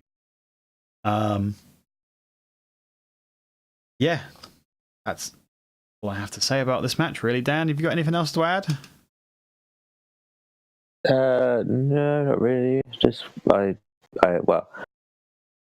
mean, the finish was dumb, and in normal life, I would say, yeah, that was a stupid finish. But because I had money on this event and several of the outcomes, including this one, yeah, I very much enjoyed the finish because the right person won. Dan, how much money did you win over WrestleMania? Well, so I put a £20 bet on for 6 people to win, and so it was the Universal title, the Falls Count Anywhere, the No Holds Barred, the Women's title, or an AJ, and hang on, let me grab. You had Lynch, Rollins, Triple H, Shane, AJ Styles, and Samoa Joe all to win. That's it, yes. At 25 to 1, you put a £20 bet on, and you won yourself a cool £520. So you won £500 because that includes your stake. Yes, I did. Nuts. Well played. Do you know the annoying thing about that, Dan? What? I had them all to win as well, and I didn't place that bet. Rob, next year. It's yeah. Devastated. So I've throughout this entire event, I was shitting myself, and then when the right people were winning, I was happy. But it was, yeah. If it wasn't for the bet, then this finish was shit, and it was that means this feud's going to continue. So jolly. Yeah. But I didn't mind. I didn't mind the match, and I thought at this point the event was still decent. So, Okay. well, this next match might have dragged it down very much. Well, okay, fair enough. You preferred it, but you're biased because it won you money. I didn't like it because I don't like Shane McMahon, and it had a dumb ending. Classic. I tell you what it was. It was classic babyface idiocy. And why, when people turn babyface, or for those who don't know what that word means, good guy. Why do they suddenly become stupid? It drives me nuts. Anyway, I just realised something as well on SmackDown. Shane McMahon's on it, and the Miz ain't. So the Miz is selling his effects. So Shane McMahon's literally the Terminator because he doesn't. Well, of course he is, because he's the best in the world. He is the best in the world. So yeah, and it's proven now because he beat Miz. Let's move on to the women's tag team. This is the first women's tag team title match I've seen since they brought the belts out. This is my official first time I've seen it as well. So the you're not Boss alone in it. and Hug Connection, which are the champions, as Bayley and Sasha Banks versus Nia Jax and Tamina Snuka versus Natalya and returning legend Beth Phoenix, who looked pretty good considering she's been out of the ring for like 6 years. I assume this is just a one-off and she's not actually back full time. Yes. But they were all defeated by the team I predicted who would win. The Iconics, Billie Kay and Peyton Royce, who, let's be honest, they're not the best wrestlers in the world, but they do have really good, annoying characters. So, a tick in my book. Unfortunately, the champions did come out first when they were still the champions, Bayley and Sasha. Sad. Usual. But poor Bayley. Her big inflatable, wacky waving inflatable arm, waving inflatable tube men. They were limp. They were flaccid for the most part. How poor. Also, Dan, why did Bret Hart come out? Well, he I don't know either. He come out, high fived Beth and Natalya, and literally just fucked off. Yeah, pointless. What a waste of time. Actually, to be fair, he might have been afraid that someone else might have come out and attacked him. So yeah, he probably wanted to get out there pretty sharpish. Exactly. I don't blame him for that. So stupid. This show is full of so many little things that just wastes time. I don't get it. The crowd are utterly flat for this entire match, though, aren't they? Let's be honest. Did you hear how non-existent they were for this match? Yes. For 11 minutes, the crowd was silent. Ridiculous.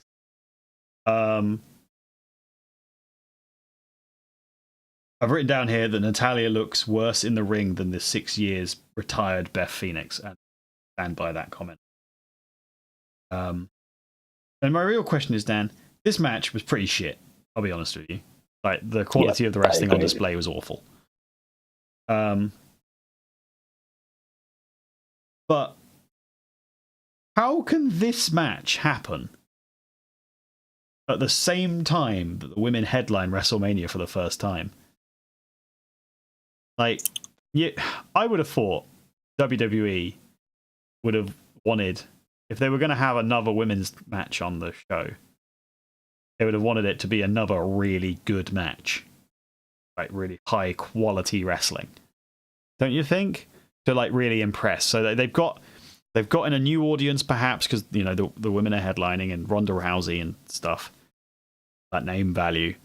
So let's get people in and, yeah. It's not just those guys who are really good wrestlers, it's also these guys who are really good wrestlers. But instead you get 10 minutes of... Well, I mean, before the SmackDown title was put into the main event, it was originally supposed to be Asuka versus Lacey Evans. And then that got changed to Asuka versus, I think it was Mandy Rose. And then that got changed when Charlotte beat her in the end to put the title in the main event. So, Yeah, that was the other choices. I'd have So liked a rematch. potentially we could have three women's matches. Yeah, I'd have liked to see Becky versus Ronda and Charlotte versus Asuka in a rematch. Personally, Yeah, that would have been really good. I'd have liked that. Asuka could have won over Charlotte Flair to return the favor from last year. Yeah. But no, we got this. Also, Paige was on commentary and she's just the worst. Oh, God. Oh, my Christ. Yes. Shockingly atrocious. Have you seen her film yet? I have. It's really good. I really enjoyed it. I mean, yeah. The historically, it's garbage. Like, yes. None of that happened in the way that it happened. Obviously, The Rock wasn't involved at all, and stuff. But I didn't really mind any of it until when she debuted on Raw and beat Selena Vega, playing AJ Lee, obviously. And they just kind of pretended that the NXT title just didn't exist. Because she was already champion at that point, wasn't she? Yeah. And they kind of just that didn't exist. It just didn't happen. You're like, oh, okay. Yeah. Sure. Yeah, I was there when she won the title that night in the audience. I don't remember cutting a promo after that. So, yeah. Yeah. See, listen, I know it made for a good film. Hollywood, but it's. But still, I really enjoyed it. It was a very fun hour and 40 minutes film. So I definitely would recommend people to go see that. My girlfriend really enjoyed it, and she doesn't watch wrestling at all. So yeah, I went with a friend who's a chick. It was a film designed for a bigger audience than just wrestling fans and their historically accurate pettiness, like myself. So. Hey, Rob, you've got her in now. So you got to show her the real stuff. I'm not sure I'm going to risk that one. If I'm honest. Right, moving on away from Paige's awful commentary. It's Daniel Bryan versus Kofi Kingston for the WWE Championship. Holy shit. Kofi Kingston has come out of nowhere this year to be champion. All I gotta say is poor Mustafa Ali. He must be fucking fuming at this point. Yeah, they started pushing him, and then they. He was going to face Bryan at Mania. Yeah, and then they stopped. They were like, "Nah, these guys want this guy instead." No. Well, the only reason it was because he was injured. So Kofi got the spot in the chamber, and that's when he got so over. So if Ali didn't get injured. Yeah, but now Ali gets to have a temporary feud with Randy Orton. So who's the real winner? Kofi Kingston, obviously. No one if that feud's happening. Yeah, good. So Daniel Bryan, super vegan, super heel. It's 5 years is a long time since he was the biggest babyface in history. Yeah, so I was there the night he won both titles at Mania 13 to one of the biggest reactions of the night. And now 5 years later, he was getting the most booed cheers at. It's very impressive. 5 years makes very impressive. 5 years makes definitely a lot of difference. He obviously couldn't wrestle for a lot of that, and he came back last WrestleMania and had that really quite shit match, quite frankly. Well, he wasn't in like 90% of that match. No, he got attacked in the first minute and then just sat down on the side. Shane McMahon, best in the world, did all the work. Unfucking unbelievable. Why is this match on so early? I've written down here. Bullshit. It's 1, 2, 3, 4, 5, 6th match in. This match went on.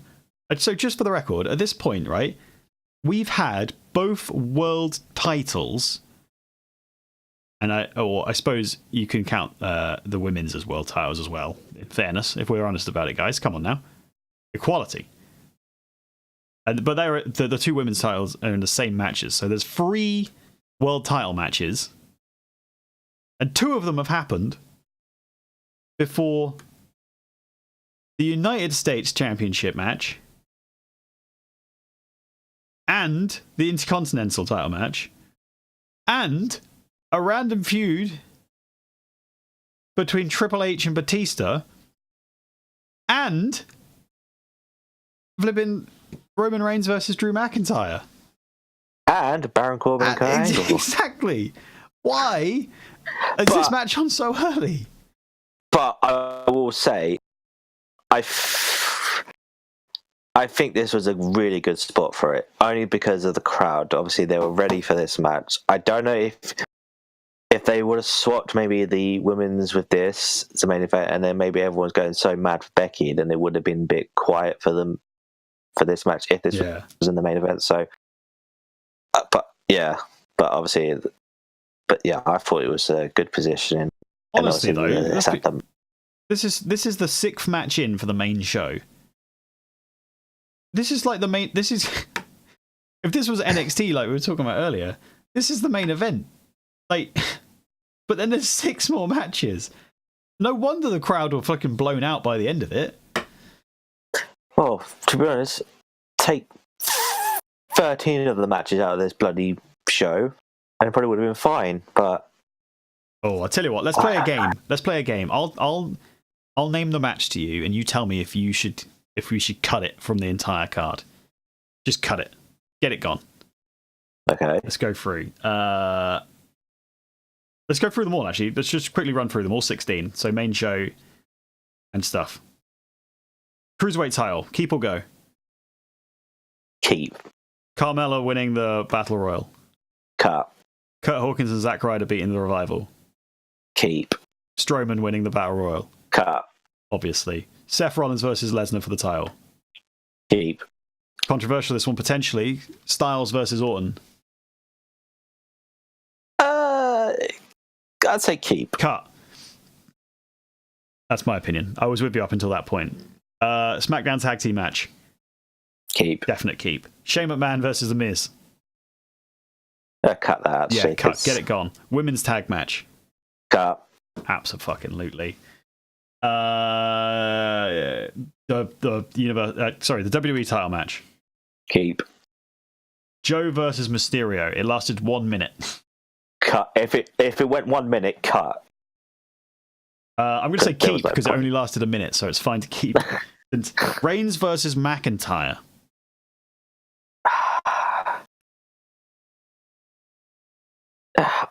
Well, the match. Well, we'll get to it, but I would cut it. But I don't know.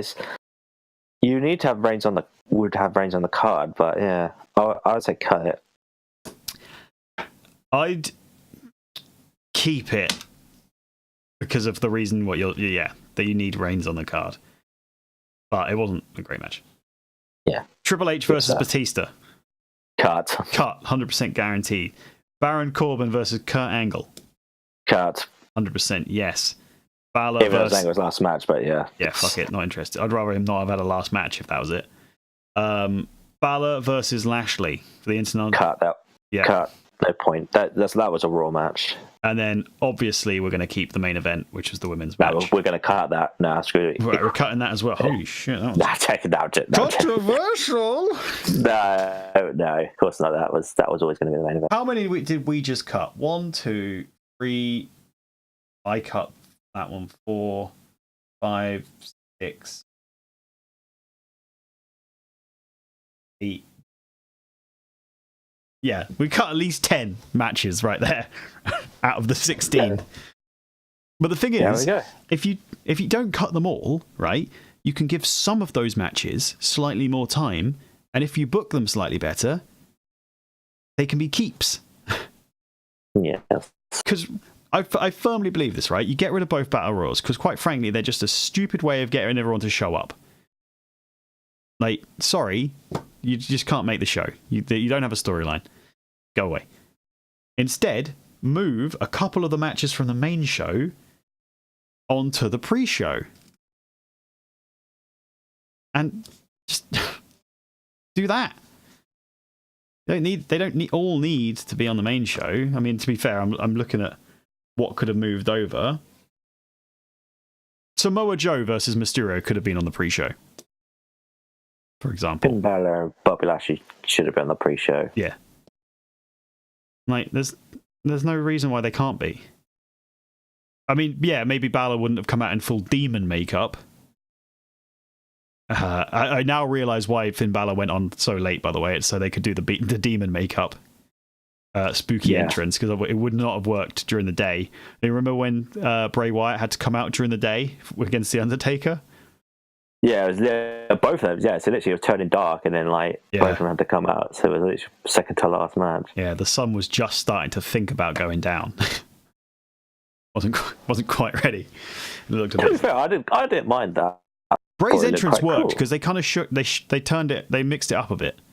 They kind of like the background wasn't black, and he went for like open fields. I think was the image, like scarecrows in fields and stuff was the imagery. Yeah, and like that, it worked basically.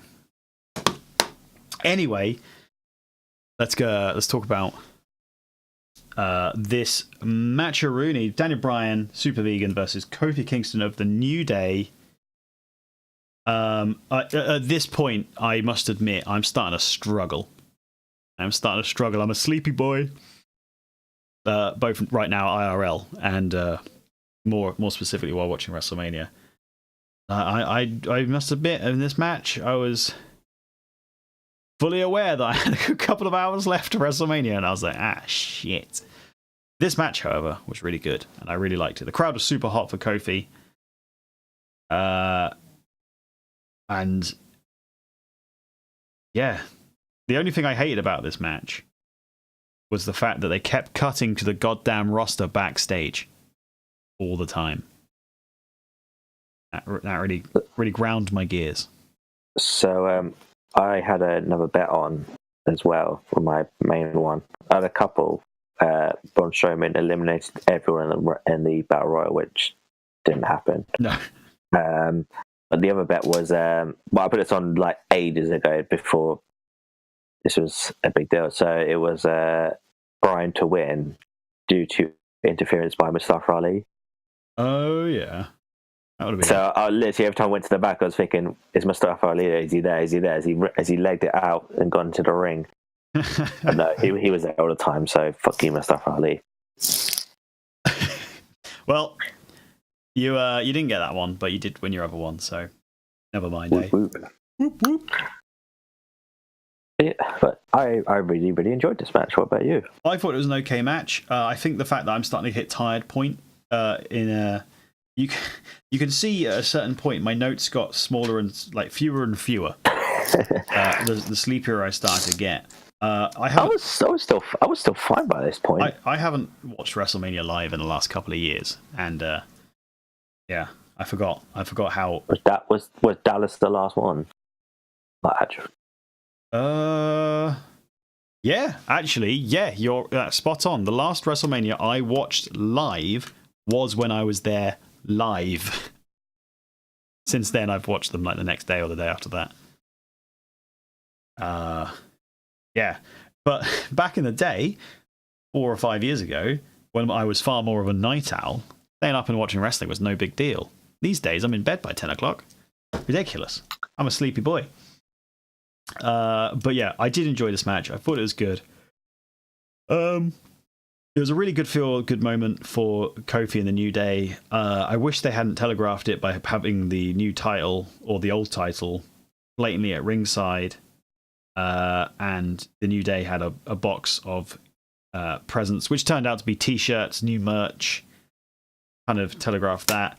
And also that WWE, I didn't know this at the time, but they announced new merch for Kofi's title reign during the match. Yeah, I saw that on Twitter. But it was weird, like, so they had that, then they had there was a Daniel Bryan one that said like he was still the champ. So, and I think they're still selling that as well. So yeah, there was, in fairness, actually, now you mentioned it, you brought it back to my attention. There was a skit later on after this match backstage when Bliss was talking about, I don't know. That's right. Yeah, she was whittering on about something, and the B team were there modelling the shirts. That is, I forgot about that. Yeah, that's weird. Yeah, now that I think about it, that's That's a bit weird. Well, I did hear one like booking suggestion, like Brian like goes a bit crazy and says he didn't lose the title, so he keeps the hemp belt, and then they fight for both titles. So like maybe like a ladder match at Money in the Bank or something like that. Yeah, I could see that. I tell you what, I want one of those hemp belts. If do they sell a version of that title? They did at Access, and apparently they sold them all out. Oh, including like people like they sold like the actual one that Brian was signed and like for like $5,000 and bought it as well. But yeah, But if it's a replica and like, is it actually made from hemp though? well, if it's not, I'd be devastated, and I probably wouldn't want it as much. I think you should buy one, Rob. Definitely. I'd love one. Actually, I'm going to check. I'm going to check Euroshop right now and see if they've got it on sale. I'm on it this second. There's an up, down, down title. There's a. Oh, I tell you what title I really like. I really like the United Kingdom women's title. Yeah. It's women's. I mean, it's the same as the men's, but on white. And it says women's on it. There's an extra bit of banding. I like the UK title. Yeah, the UK title is the best title at the moment. I can't see it. No, it's not there, man. I'm devastated. Never bloody mind. Eh? Well, I'm going to see the US one, but go on, see if we can find it. Yeah, no, I really enjoyed this match. It was a number of false finishes. I kind of knew Kofi was going to win, which is unusual because normally I go into matches and I expect WWE to go, the fans are behind you, fuck you. But I think, yeah, I even with that knowledge in my head, there were a couple of moments where I was like, oh. But good match. Brian's done so well to get himself heel. Kofi's done so well to get himself like. I mean, obviously the New Day were popular, but to go up from tag team who spend most of their time playing with pancakes to world champion in like 3 months. Sorry about that. Bless you. I felt that coming for about 10 seconds. That was difficult to keep talking. Since the start of the year, basically, he's gone from just tag team guy to world champion is bonkers, and it just goes to show that WWE can try new things with new people, and they can do it quickly as well. Like when they want to, when they listen to fans' responses, Keeley. Like, I mean, it's the same with Becky, actually, when I think about it. Like, Becky was kind of swanning around, not doing all that much, really, for quite a while. And now she's like one of the hottest things in wrestling. Becky 2 belts. So. That was never the plan. No, it wasn't the plan, but they accidentally stumbled upon something hot, and they've occasionally learned to listen to what fans want and do something really good. I'm not saying they should do that every single time, because then it'll become predictable and boring. Sometimes, and wrestling fans don't seem to understand this, sometimes fans have to be disappointed, right? So that later on down the line, they can be happy. That's how heel works. Mind. Any further thoughts on this match? Yeah, no, really good match. Fantastic ending. You know, good for Kofi. Been there for 14 years. Finally got his big chance. Man, that New Day breakup's going to be something, though. Well, they've been a tag team and a group, and they've been really popular for a number of years, and they make a shit ton of money with merch. Well, yeah, that breakup will be that'll be something. Moving on. I must have been delirious at the time, but I think Kevin Nash and Scott Hall were offering out prostate exams at one point. Yes, they were. Pointless segment. Not entirely sure what that was about. They were talking to the SNL guys. But whatever. Moving on. Joe Samoa Joe versus Rey Mysterio for the United States Championship match. For the United States Championship. I need to take a quick 2-second break. So why don't you explain this minute match to the fans? Okay, I will do. No worries. You're not going to miss anything. Right. Well, Dan definitely takes a leak.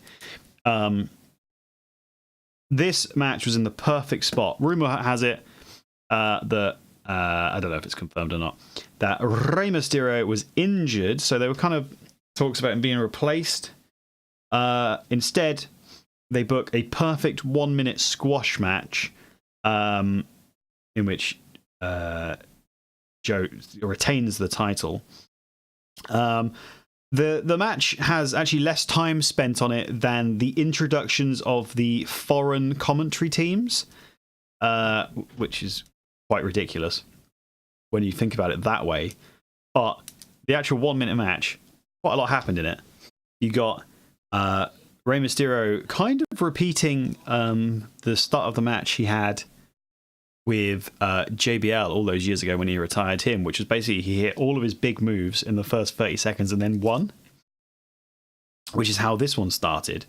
And you could tell people were buying into it in the crowd because they've seen it before. The whole Rey real super quick 35-second match for a title at WrestleMania. But no, Joe locks in the Coquina clutch and Rey's done for. 1 minute later, perfect squash match, perfect come down following a very happy and jubilant reaction for the Kofi Kingston's title win. Yeah, and that's the reason why I said keep it earlier, actually, because it did its job. It calmed everyone down, made Joe look dominant, and Rey kind of masked the fact that he was in. Perfect. Hello, yes, hello. Hello, welcome back. Sorry, the bladder can't handle it much anymore. So. No worries, my friend. No worries. Yeah, so that's my thoughts on the United States Championship match. I really liked it, and I'm glad Joe won. Rumor has it Joe's now going to be in a feud with Braun Strowman, so I'm not looking forward to that. Two big hosses. I don't want Joe to lose, so I'm not really feeling that one. Moving on. Drew McIntyre versus Roman Reigns. From my perspective, right, because I watch wrestling so infrequently these days, Roman Reigns has only been gone one pay-per-view, and that was the Royal Rumble.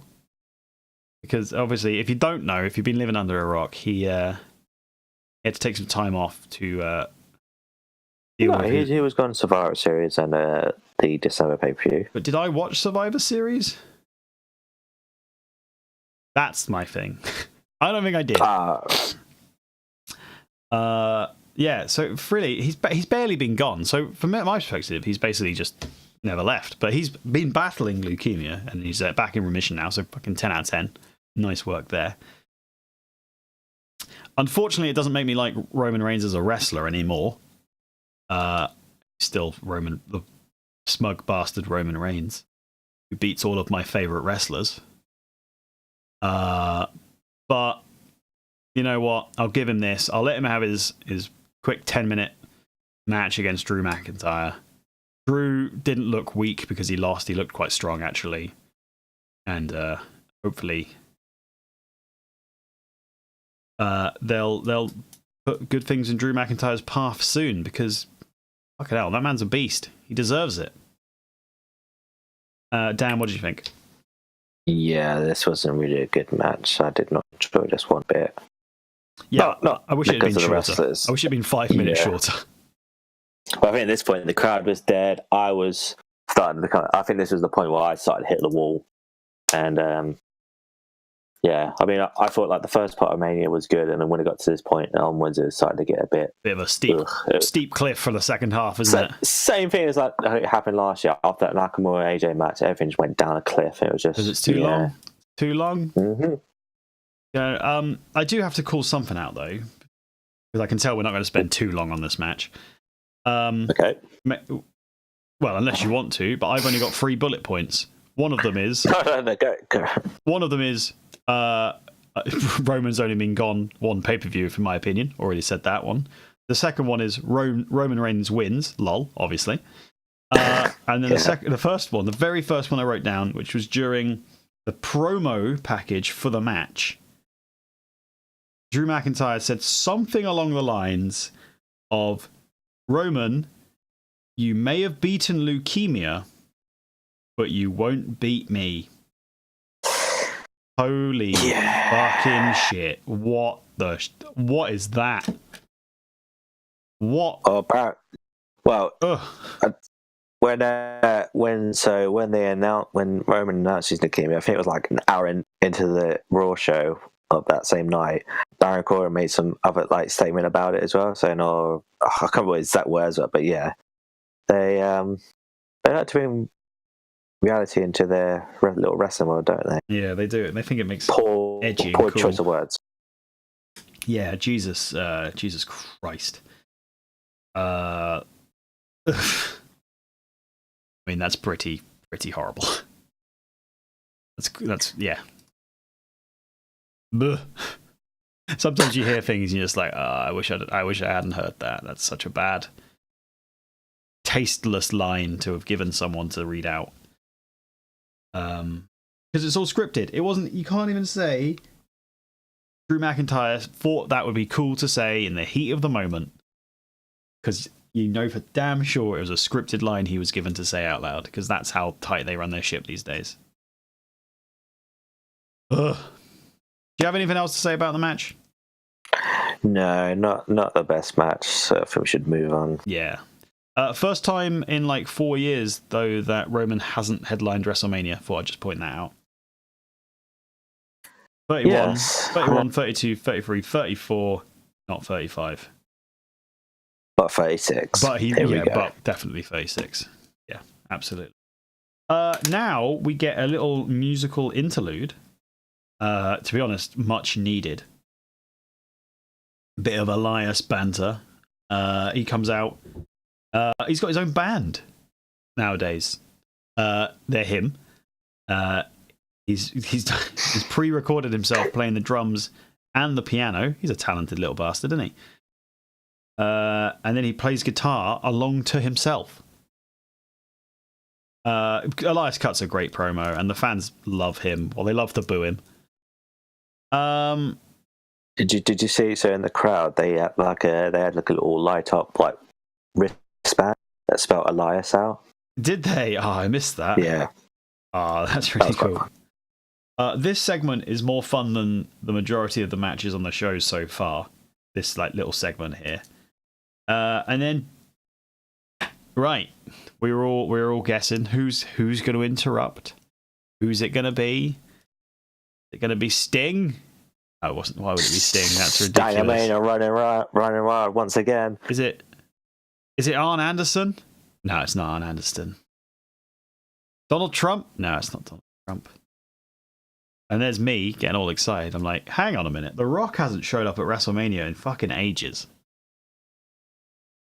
And at this point, I've still got delusions, it turns out, that maybe Angle's going to have a different opponent than Baron Corbin. I'm like, oh, maybe The Rock's going to come out and he can have a guitar duel with Elias, because The Rock used to play guitar every so often in the ring. Mm-hmm. But no,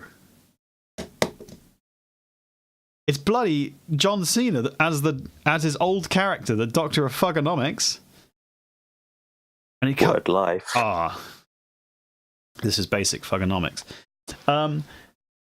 This was fun. This was a bit of fun, wasn't it? I loved this. I thought it was great. Sarabat in chat is saying that this was the best bit of WrestleMania for him.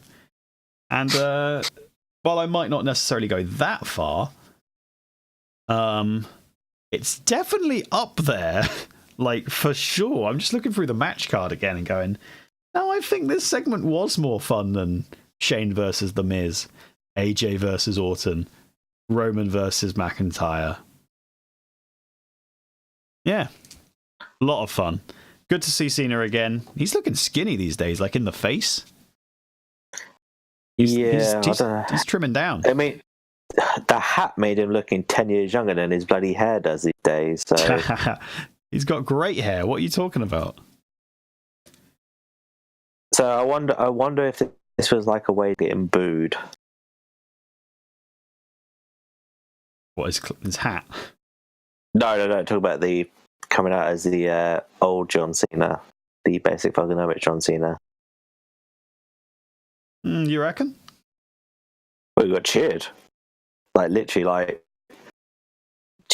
Yeah, I suppose. Yeah, he coming out in that gear, he got cheered because everyone was like, yeah, you're right.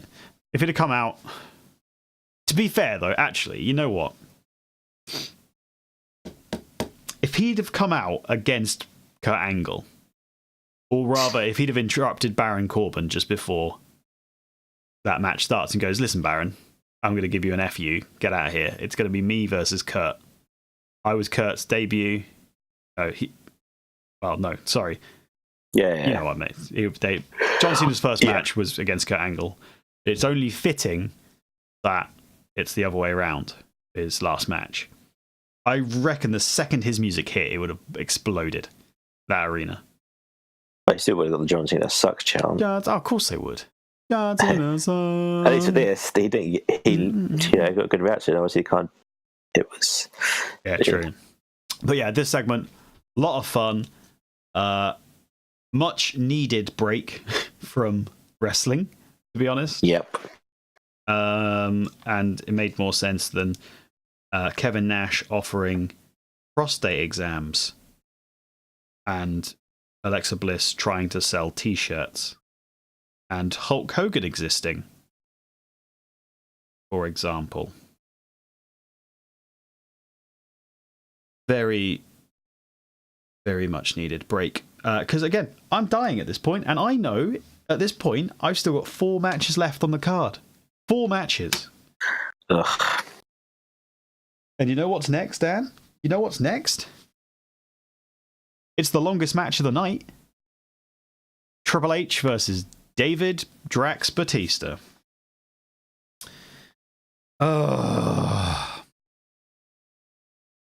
So I went on a little rant earlier about Shane McMahon and his big ego taking up too much time on WrestleMania. Just copy and paste that rant and put it under Triple H's name. Because between them, they stole 40 minutes of this show. 40 minutes. Fucking hell. And it wasn't... Neither of... this was not a good match. Which is a shame because I love Batista, and but he's not in ring shape anymore. He looks skinny and no, and he's just he fell over getting into the ring. Let's mention that first of all. Yeah, which I missed the first time. I don't know how the hell I did, so I must be looking for it, but I had to rewind it, watch it, and see it. And he kind of looked a little drunk, maybe at the start. Like he looked like he was high or something. I don't know. It's like the look in his eyes were just, I don't know. He didn't look all there. But Batista came out with an A-list entrance, I guess. He came out in a car convoy with some bodyguards, I guess. Big movie star now. He's a big-time movie star. That made sense. And then we get Triple H's custom entrance because nothing says personal and an intense blood feud in which Batista beats up your 70-year-old best mate Ric Flair more than a custom Mad Max style car and video package. Holy shit! Which is like 3-4 years too late, but whatever. Oh man. Triple H is so cool. Look at me, I'm on a tricycle. Yeah, boy. Okay, let's talk about the obvious thing. The fact that this was a no-holds-barred match was a way to attempt to hide the fact that they both got blown out in 5 seconds. Because, I mean, let's be honest. Batista is retired.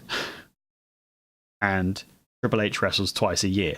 Once for that sweet Saudi money, and once at WrestleMania for his sweet WrestleMania payday. But they're not. They can't carry a match between each other anymore. Oh, also, I forgot to mention, they tantalizingly teased us with the fact that if Triple H lost, he would have retired.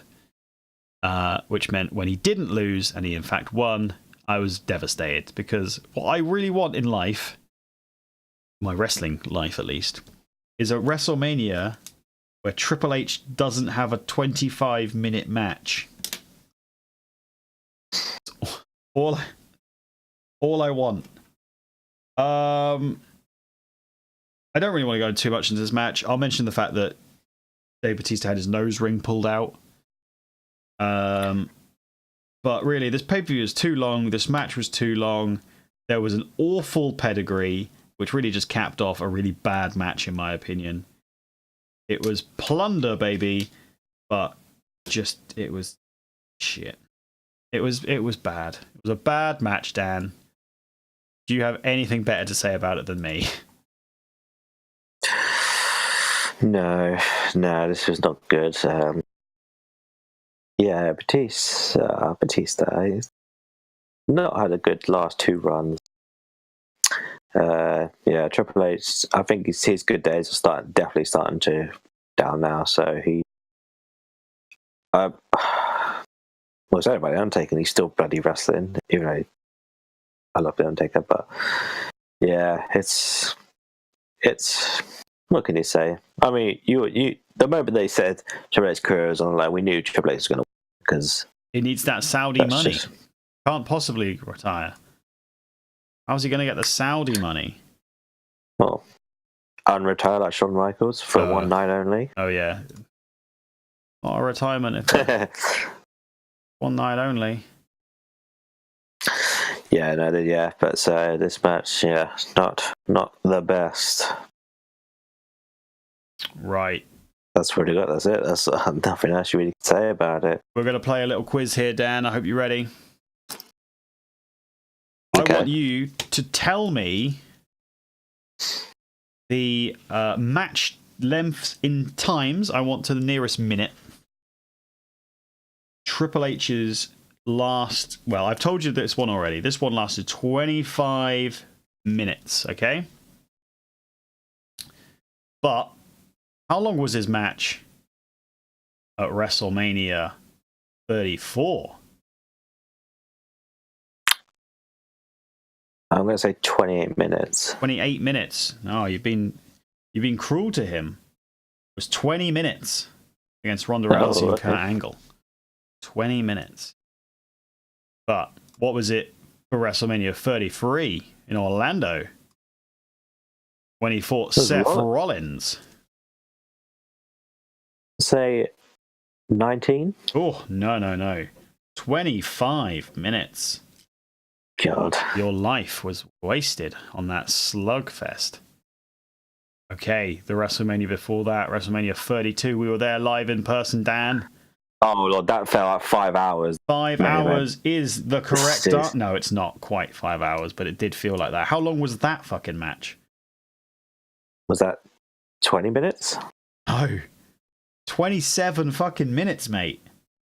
It was? 27 minutes and 11 seconds. Holy shit. And by 9 seconds after that, we were already out of the building and heading to the bus. Yeah. And then WrestleMania 31, you were there as well, Dan. Who did he fight? Sting, of course. It was Stangomania. How long was that match? I'm going to say 17. Ooh, I'm going to give you that. 18 minutes. Okay. So just doing some quick math here. He has taken an absolutely ridiculous amount of time from me, and I, for one, am super pissed about it. He has taken 115 minutes of WrestleMania time in the last 5 WrestleManias. Get him gone. Cut him.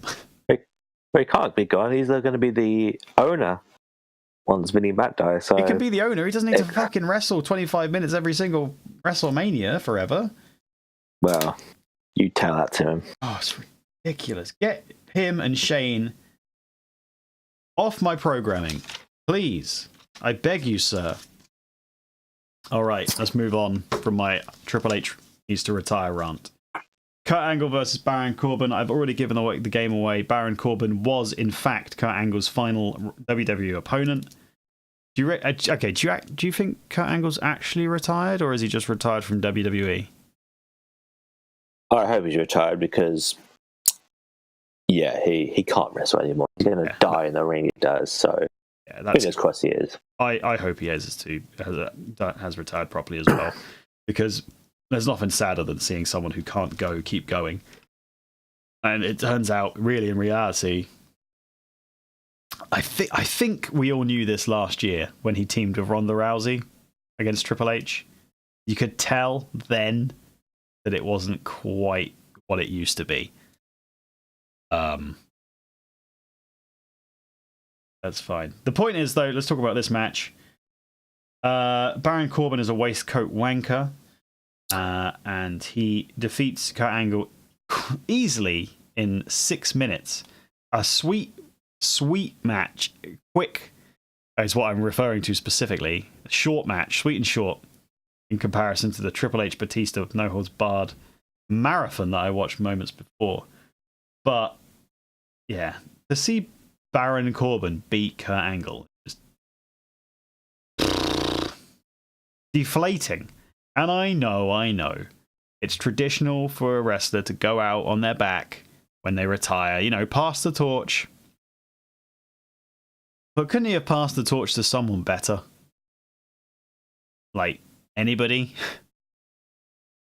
Couldn't they just had a backstage segment where he'd literally passed the torch to his son, Jason Jordan? Anything. Where was he? Where was he? Why isn't he helping his dad? Yeah, I tell you what would have been the biggest fucking pop of the entire night.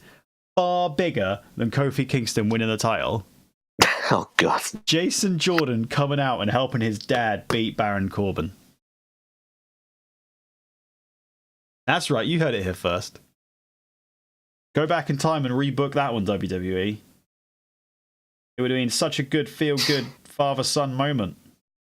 I saw a Photoshop of, where they show a shot of Kurt going to his family in the crowd and Jason Jordan is behind his wife. It's a Photoshop of it. I thought it was quite funny. What a stupid storyline. Why didn't they just go with the fact that Kurt Angle wanted to boo the manager of American Alpha? Instead, they broke American Alpha up and made Jason Jordan his son. What an incredibly dumb storyline. Holy shit. Okay, whatever. Devastating. Kurt Angle lost to Baron Corbin, and then he asked the fans to sing "You Suck" to him one more time, and then he leaves. Ugh. You got anything on this one, Dan? Well, I thought Angle was going to die on the moonsault, but apart from that, no.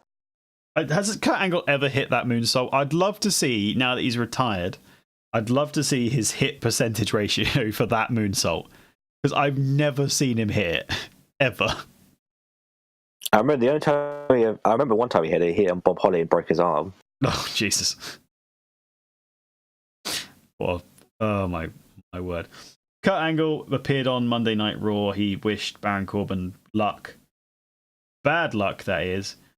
Gave him an angle slam and put him in the ankle lock. Don't know why he didn't do that the night before. Maybe he'd have had more chance of winning instead of wasting time doing moonsaults, but never mind. And then Lars Sullivan comes out and kicks the shit out of him. So,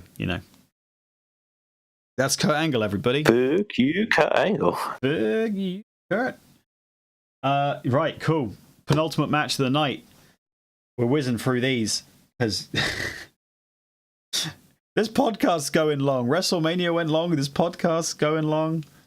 Oh my word! We're going to have 5 hours to go. Weeks to go on this one. Penultimate match is the IC title. It's dark now, so Finn Balor can come out in his spooky demon makeup. Although, if I'm honest with you, I didn't think it was that spooky this.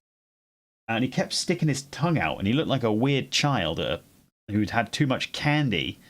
He was doing the "What's Up." Oh, is he doing the "What's Up"? That makes even less sense. Right, perfect. No, it wasn't. But I know you. He.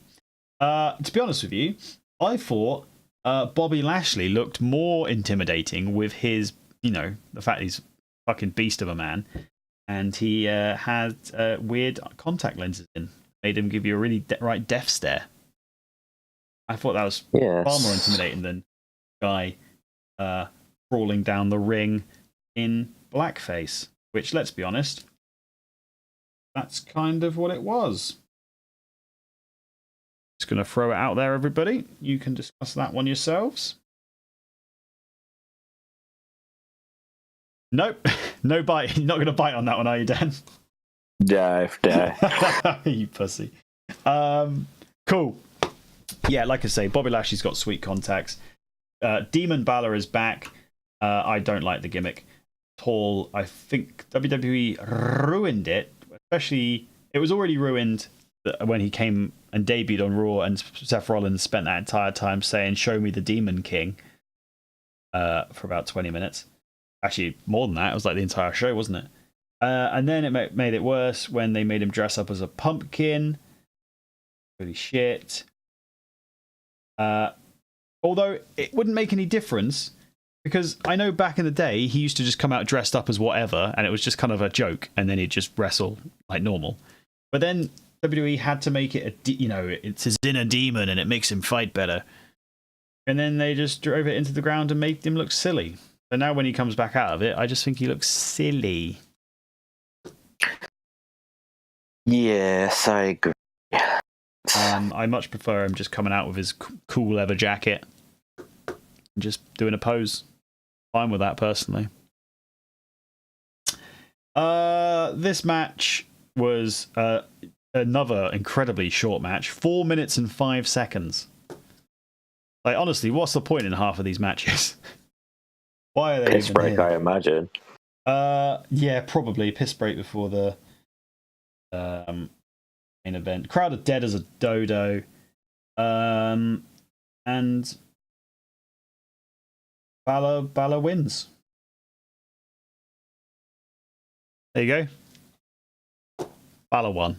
Pretty easily as well, if I'm honest with you. What you gonna do? And then R-Truth came out and did a sing and a dance. Do you remember that? Remember that? I try not to. It's fucking 5 a.m. and R-Truth comes out and does a little dance. Yeah, get on with the fucking show. We had one more match to go. And I'm like, why is there a dance going on? And then, after that, we have a 2-minute Charlotte Flair in a helicopter promo. That was clearly filmed the night before. I know. Because otherwise they would have shown the crowd in the arena, because they'd have loved, in the stadium, because they'd have loved to have shown that off, her going over it. Just wasting time. What are they doing? It's 5 a.m, guys. Stop wasting time. They've got to get their statistics about how to watch the network. Shit, that's why they do so many long shows. The stupid algorithm of their network, all that crap. So that's probably true, actually. Right. Oh yeah, and at some point, Alexa Bliss came out and said that a large amount of people were in the crowd, and everyone went, "Yeah, sure, whatever.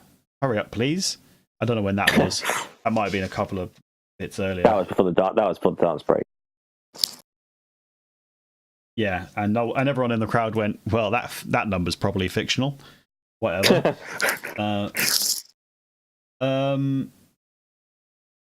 Oh yeah, so Charlotte Flair in kayfabe is outside in the cold right now, and then we get a live band, first live band of the evening for Ronda Rousey. Camp out first. And then the match finally starts. The main event of WrestleMania kicks off at 5 in the morning. Kicks off. Our footy match, Rob. And I'm not going to lie, I think I'm so much harsher on this match because I was so tired. Like, if I watched it back, it's probably not as bad. But I don't have another fucking 5 hours to watch another pay-per-view again, to watch it all, to give myself a better second impression. You know? Cut time. Yeah. Let the good matches breathe. And let me go to bed at a reasonable hour, please. That's all I ask. Dan, what did you think of the first ever women's main event of WrestleMania? Only took them 35 years. Well, first of all, I just got to say, Joan Jett in Bad Reputation was brilliant. I enjoyed that very much. Big Joan Jett fan. Yeah. The match, it was okay, but it just, something felt off. And it felt like they didn't get their rhythm together. It just, it's been built as this epic match, and I think it didn't deliver as it could have been. So I think someone was off. The crowd were dead at this point. They got the few Becky chants they had, but it just, I think they're just anticipating for the finish so they can get the fuck out of there. Yeah, I think the crowd was kind of exhausted, and yeah, kind of saving their energy for one last "Yay, Becky won." Yeah, I mean, like apparently the reason Charlotte was in there to make the match even better, but she didn't really do much make it better. So that was pointless. She just stick to bloody Becky, and they probably had the better match. But I can't remember anything Charlotte did in this match other than when Becky and Charlotte teamed up on Ronda and gave her a couple of power bombs. Yeah, she didn't even pull out a bloody moonsault that she usually does. Oh, she did do a Spanish fly in which I heard them counting down together to when they were going to jump off the rope. I didn't hear that. Might as well have had a megaphone. They shouted that so loud.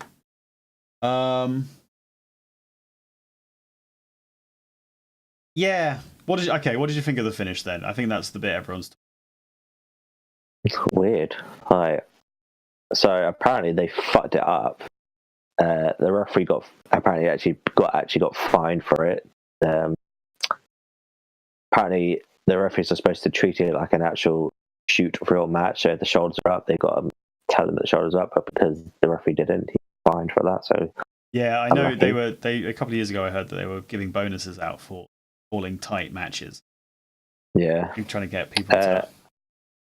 Yeah, it was weird because apparently that was obviously said their shoulders. Ronda gets her shoulders up when Becky did the crucifix pin for the win, but apparently that was supposed to happen, and they weren't gonna mention it, but for some reason choreographer decided to start mentioning it. So maybe because it was so fucking obvious, he couldn't let it just slip out. True, but you would have think that happening that Ronda. You think that maybe be a rematch between Ronda and Becky, but that doesn't turn out to be the case. I mean, as well, apparently Ronda broke her hand in this match at some point. Oh, really? So, yeah, she did. Yes. Oh, I did not know that. Yeah, it was a disappointing, clumsy finish. I didn't like the fact that it came out of nowhere. If I'm honest with you, I kind of wanted. I think everyone's expecting the disarm on Ronda, and she taps out. I think that was everyone was suspecting. Yeah. Or Charlotte, one of the two.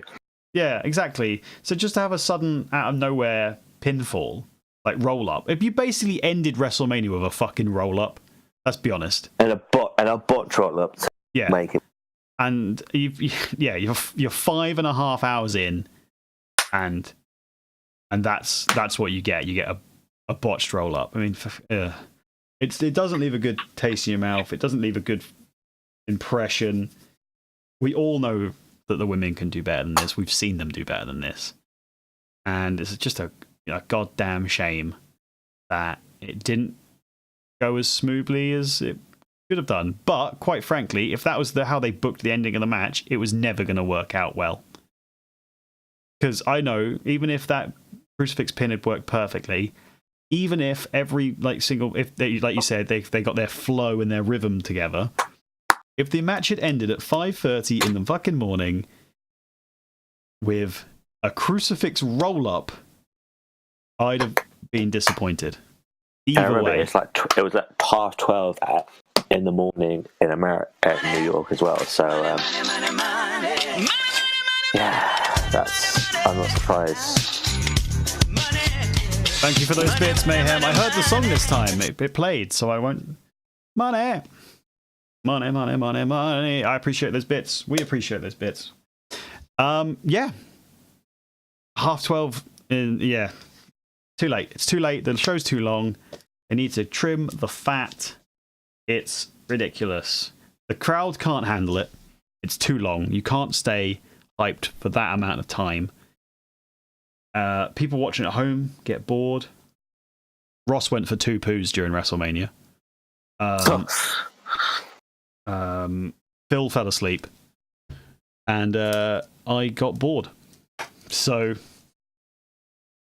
you gotta cut. Less is more. NXT proves less is more. And I know WrestleMania is a bigger show than NXT. You can have more matches than NXT, but 16 is too many, especially when at least 6 of those can be cut.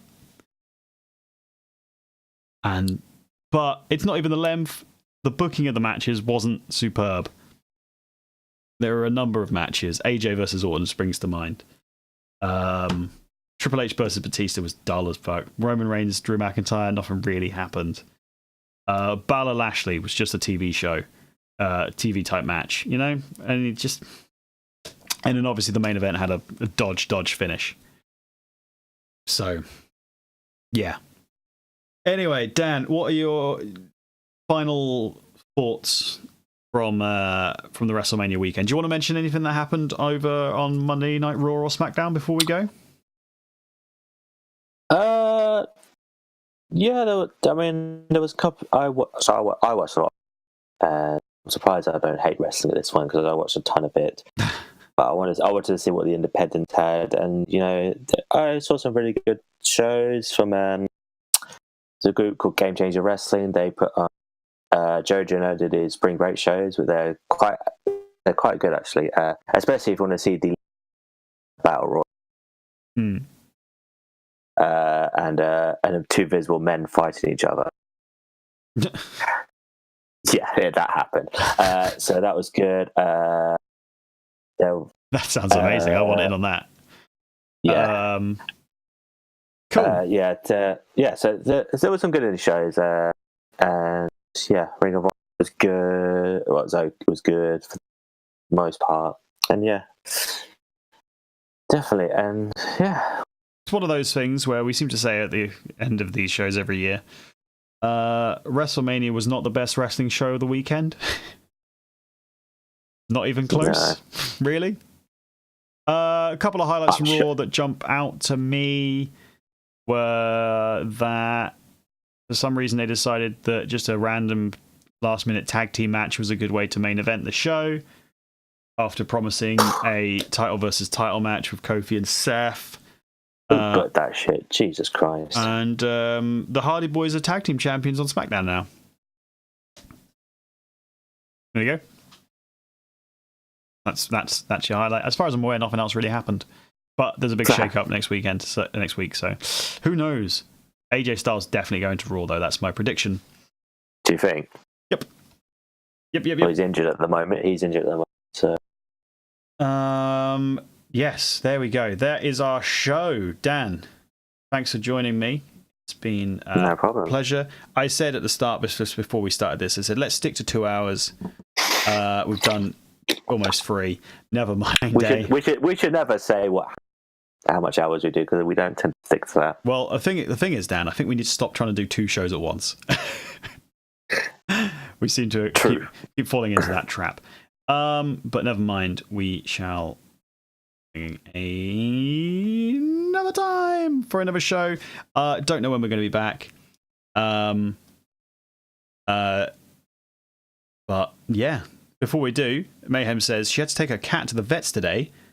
She was sneezing constantly. I mean, What, Yeah. is she allergic to something? Do they put pegs on their noses? How does that work? Tune in next time to find out. But thanks for watching, guys. Thanks for listening. Really appreciate your time. And We'll possibly see you for the AEW Double or Nothing show. Yeah, we should probably do that. I can't think of any other big show that's coming up. So yeah, cool. Thanks very much. Say goodbye, Dan. Goodbye. Toodaloo.